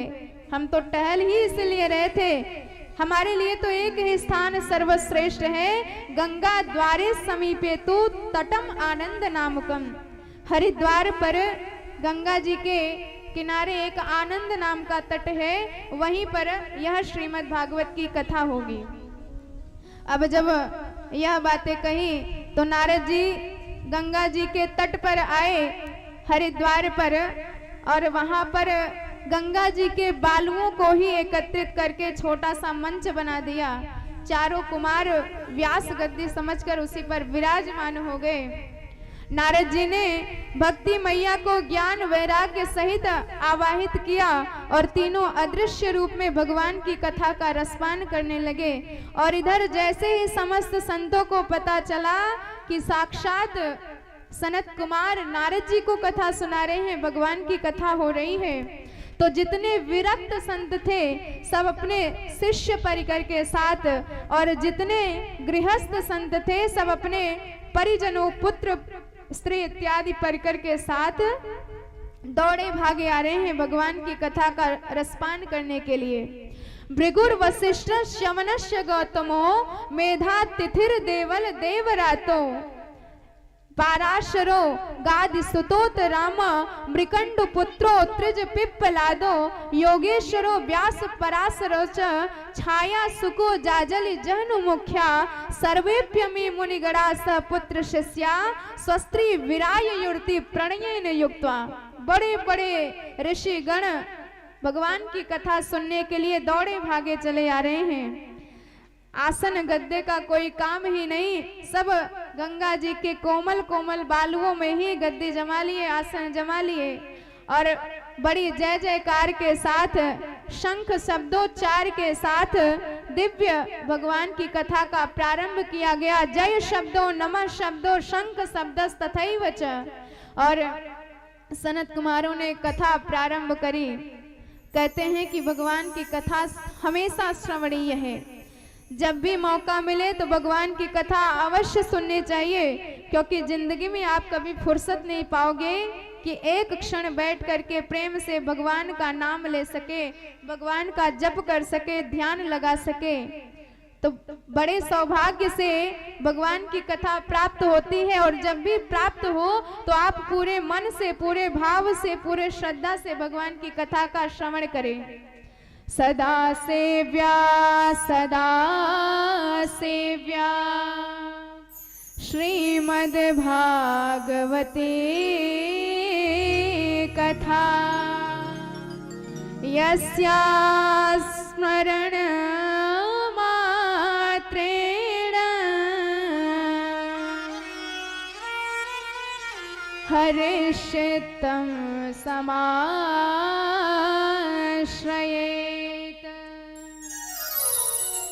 और बड़े बड़े वेद का पाठ करने से जो फल मिलता है, आपने यदि एक और आधे श्लोक का भी श्रवण कर लिया या फिर वाचन कर लिया तो आपको वह फल मिल जाता है। ऐसा श्रीमद् भागवत के श्लोकों का महत्व बताया के जैसा श्रीमद् भागवत का श्लोक है, आपके समस्त कामनाओं को पूर्ण करता है, समस्त इच्छाओं को पूर्ण करता है, सारे ताप को दूर करता है, सबका शमन करने वाला है। और जैसे ही भगवान की मंगलमयी कथा का प्रारंभ हुआ कि समस्त श्रोताओं के बीच में साक्षात भक्ति महारानी प्रकट हो गई, ज्ञान वैराग्य का हाथ पकड़े और बड़े भाव से ताली की सेवा करते हुए पूर्ण श्रद्धा से सरकार के चरणार बिंदों के गुणगान गाने लगी। आइए हम और आप भी भक्ति महारानी के साथ भगवान नाम संकीर्तन में मन को समर्पित करते हैं। श्री कृष्ण गोविंद हरे मुरारे, हे नाथ नारायण वासुदेव, श्री कृष्ण गोविंद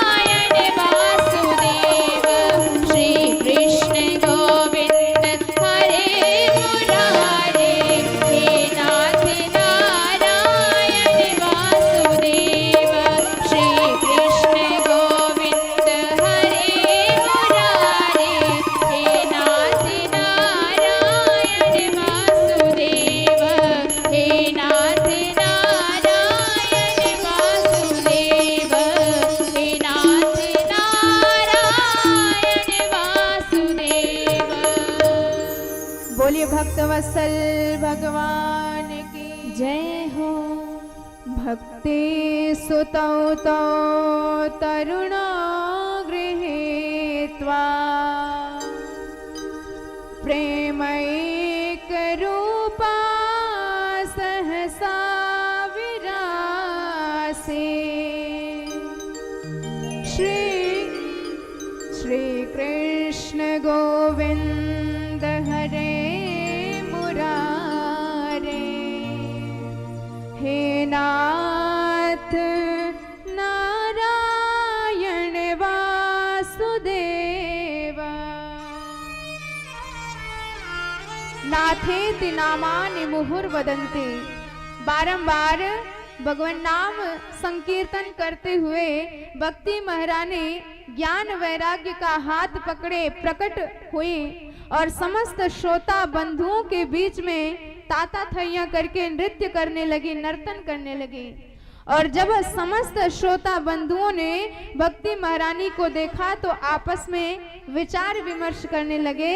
कथम प्रविष्टा कथम आगतेयाः मध्ये मुनीनाम इति तर्कयन्ति। अरे ये हमारे बीच में कब प्रकट हो गई, कैसे प्रकट हो गई, हम तो कुछ जान ही नहीं पाए। सब विचार विमर्श कर रहे थे। इतने में भक्ति महारानी ने सनत कुमारों से कहा कि महाराज आपने यहाँ पर सबके लिए कुछ न कुछ स्थान बनाए हैं, तो मैं कहाँ जाऊं, मेरे लिए आपने कौन से स्थान का चयन किया है, जरा मुझे भी बताइए। तो इस पर सनत कुमार कहते हैं कि भक्ति महारानी यहाँ जितने भी भक्त समुदाय, श्रोता समुदाय, वैष्णव संत समुदाय दिख रहे हैं, आप इनके हृदय में जाके निवास करिए, क्योंकि त्रिभुवन में वही धन्य है जिसके हृदय में भक्ति महारानी का वास है। भक्ते सुगोविंद स्वरूप कर्त्री प्रेमैक धर्त्री भवरोग हन्त्री सात्वं च तिष्ठस्व समागतोऽहं निरन्तरं वैष्णवमानसानि।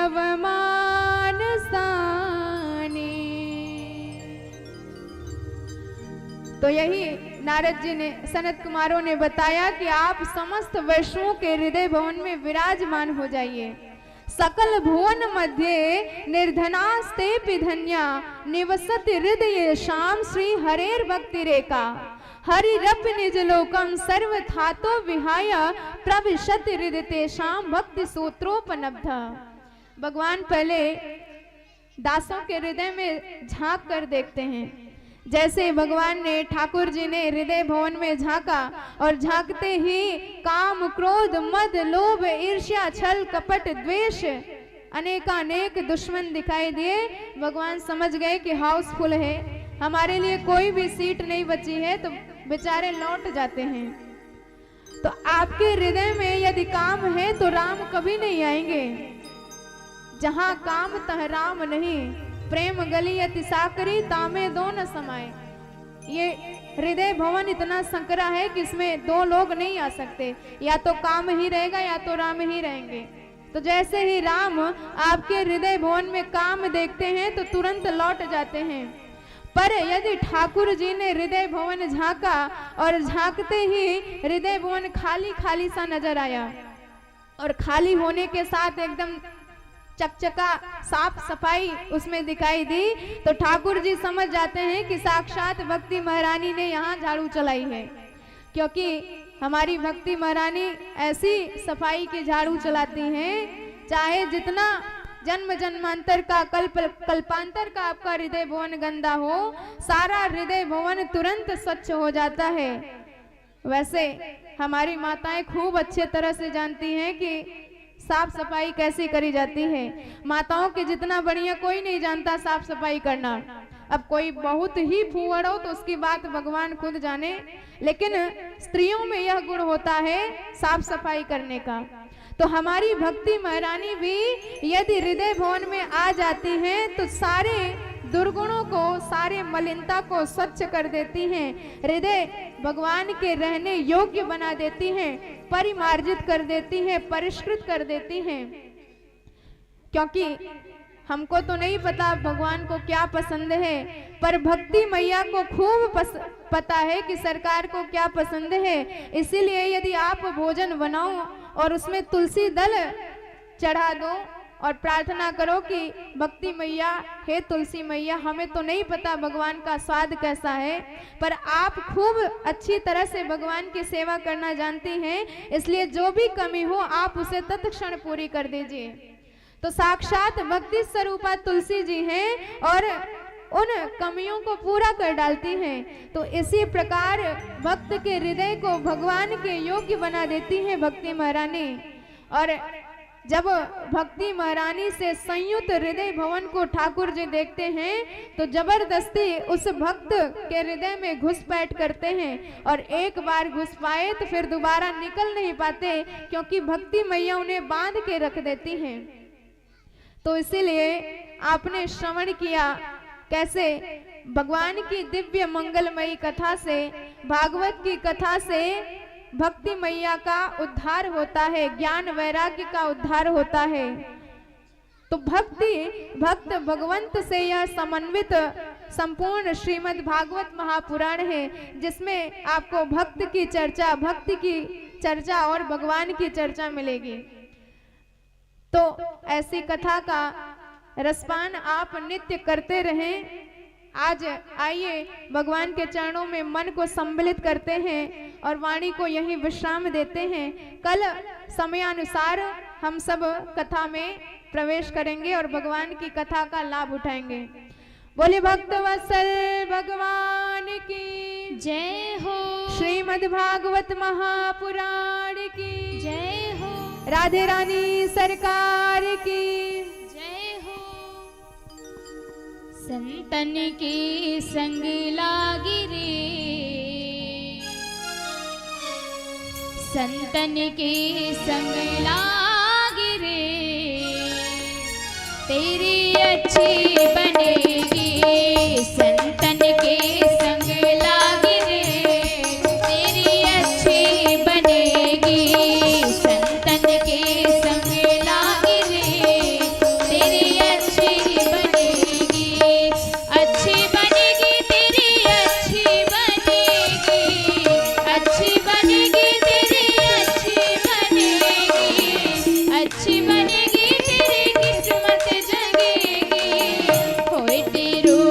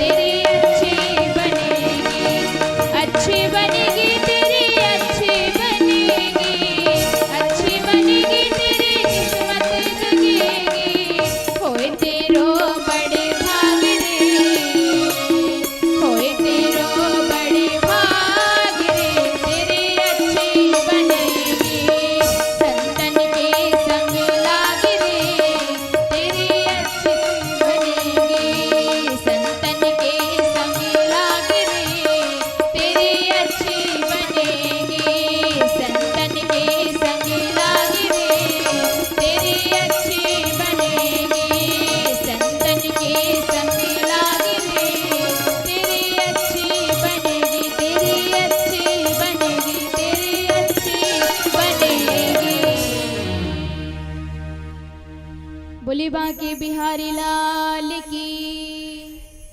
आप सभी लोग अपने अपने स्थान पर प्रेम पूर्वक खड़े हो जाइए और हम सभी लोग मिल करके श्री भागवत भगवान की आरती करेंगे।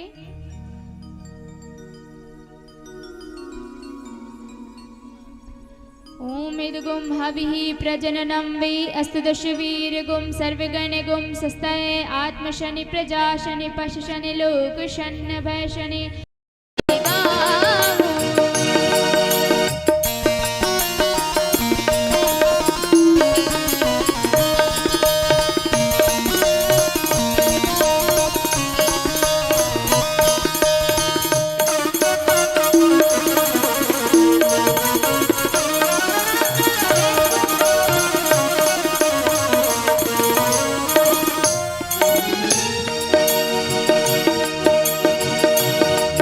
मुकुट प्यारे शीश पे सोहे, मोर मुकुट प्यारे शीश पे सोहे। मोर मुकुट प्यारे शीश पे सोहे, मोर मुकुट प्यारे शीश पे सोहे। ओ प्यारी बांसी मेरो मन मोहे,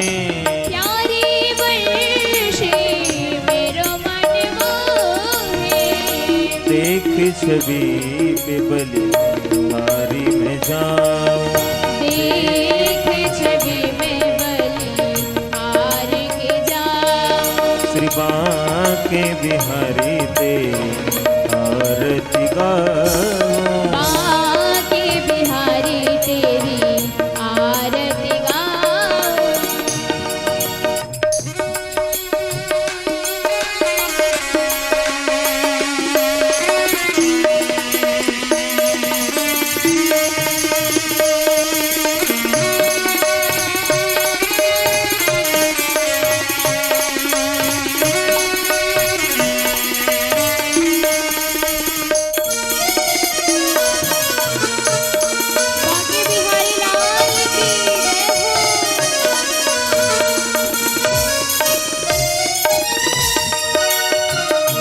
चरणों से निकली है गंगा प्यारी, चरणों से निकली है गंगा प्यारी। ओ चरणों से निकली है गंगा प्यारी, चरणों से निकली है गंगा प्यारी। ओ जिसने सारी दुनिया तारी, जिसने सारी दुनिया तारी।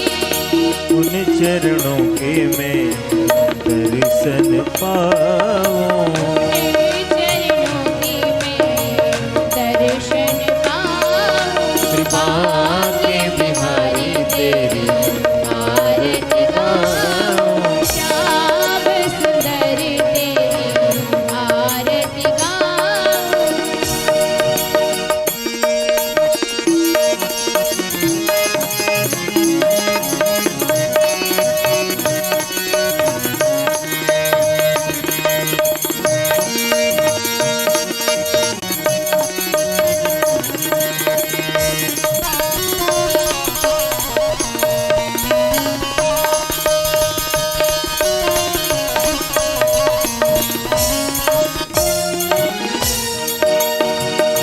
दास अनाथ के नाथ आप हो, दास अनाथ के नाथ आप हो। ओ दास अनाथ के नाथ आप हो, दास अनाथ के नाथ आप हो। ओ सुख दुख जीवन प्यारे साथ आप हो, सुख दुख जीवन प्यारे साथ आप हो। हरि चरणों में मैं शीश झुकाऊं, हरि चरणों में मैं शीश झुकाऊं। श्री बांके बिहारी तेरी आरती गाऊं, श्याम सुंदर तेरी आरती गाऊं।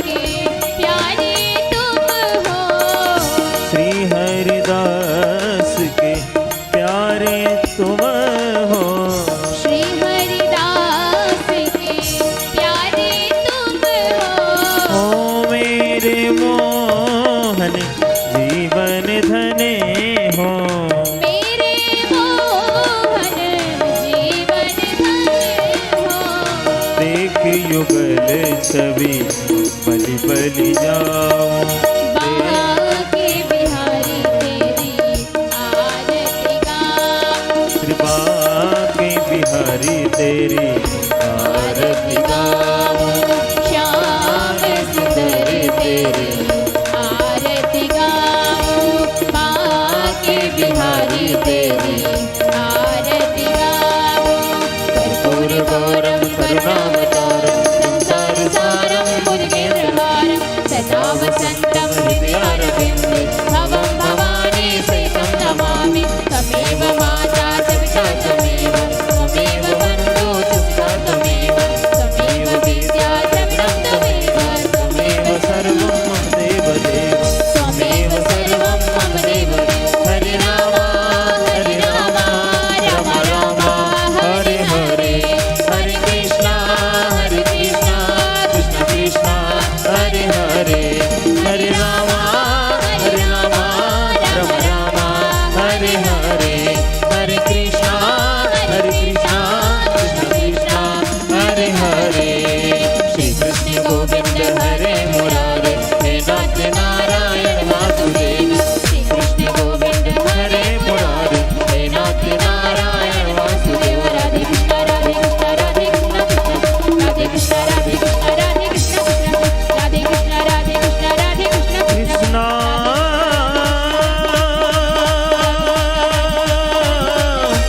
राधे कृष्ण हरे कृष्णा राधे कृष्ण राधे हरे कृष्ण राधे हरे।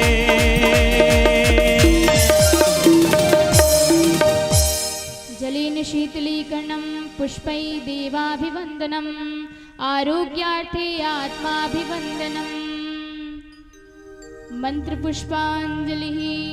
ॐ यज्ञेन यज्ञमयजन्त देवास्तानि धर्माणि प्रथमान्यासन्न तेह नाकं महिमानः सचन्त्रयत्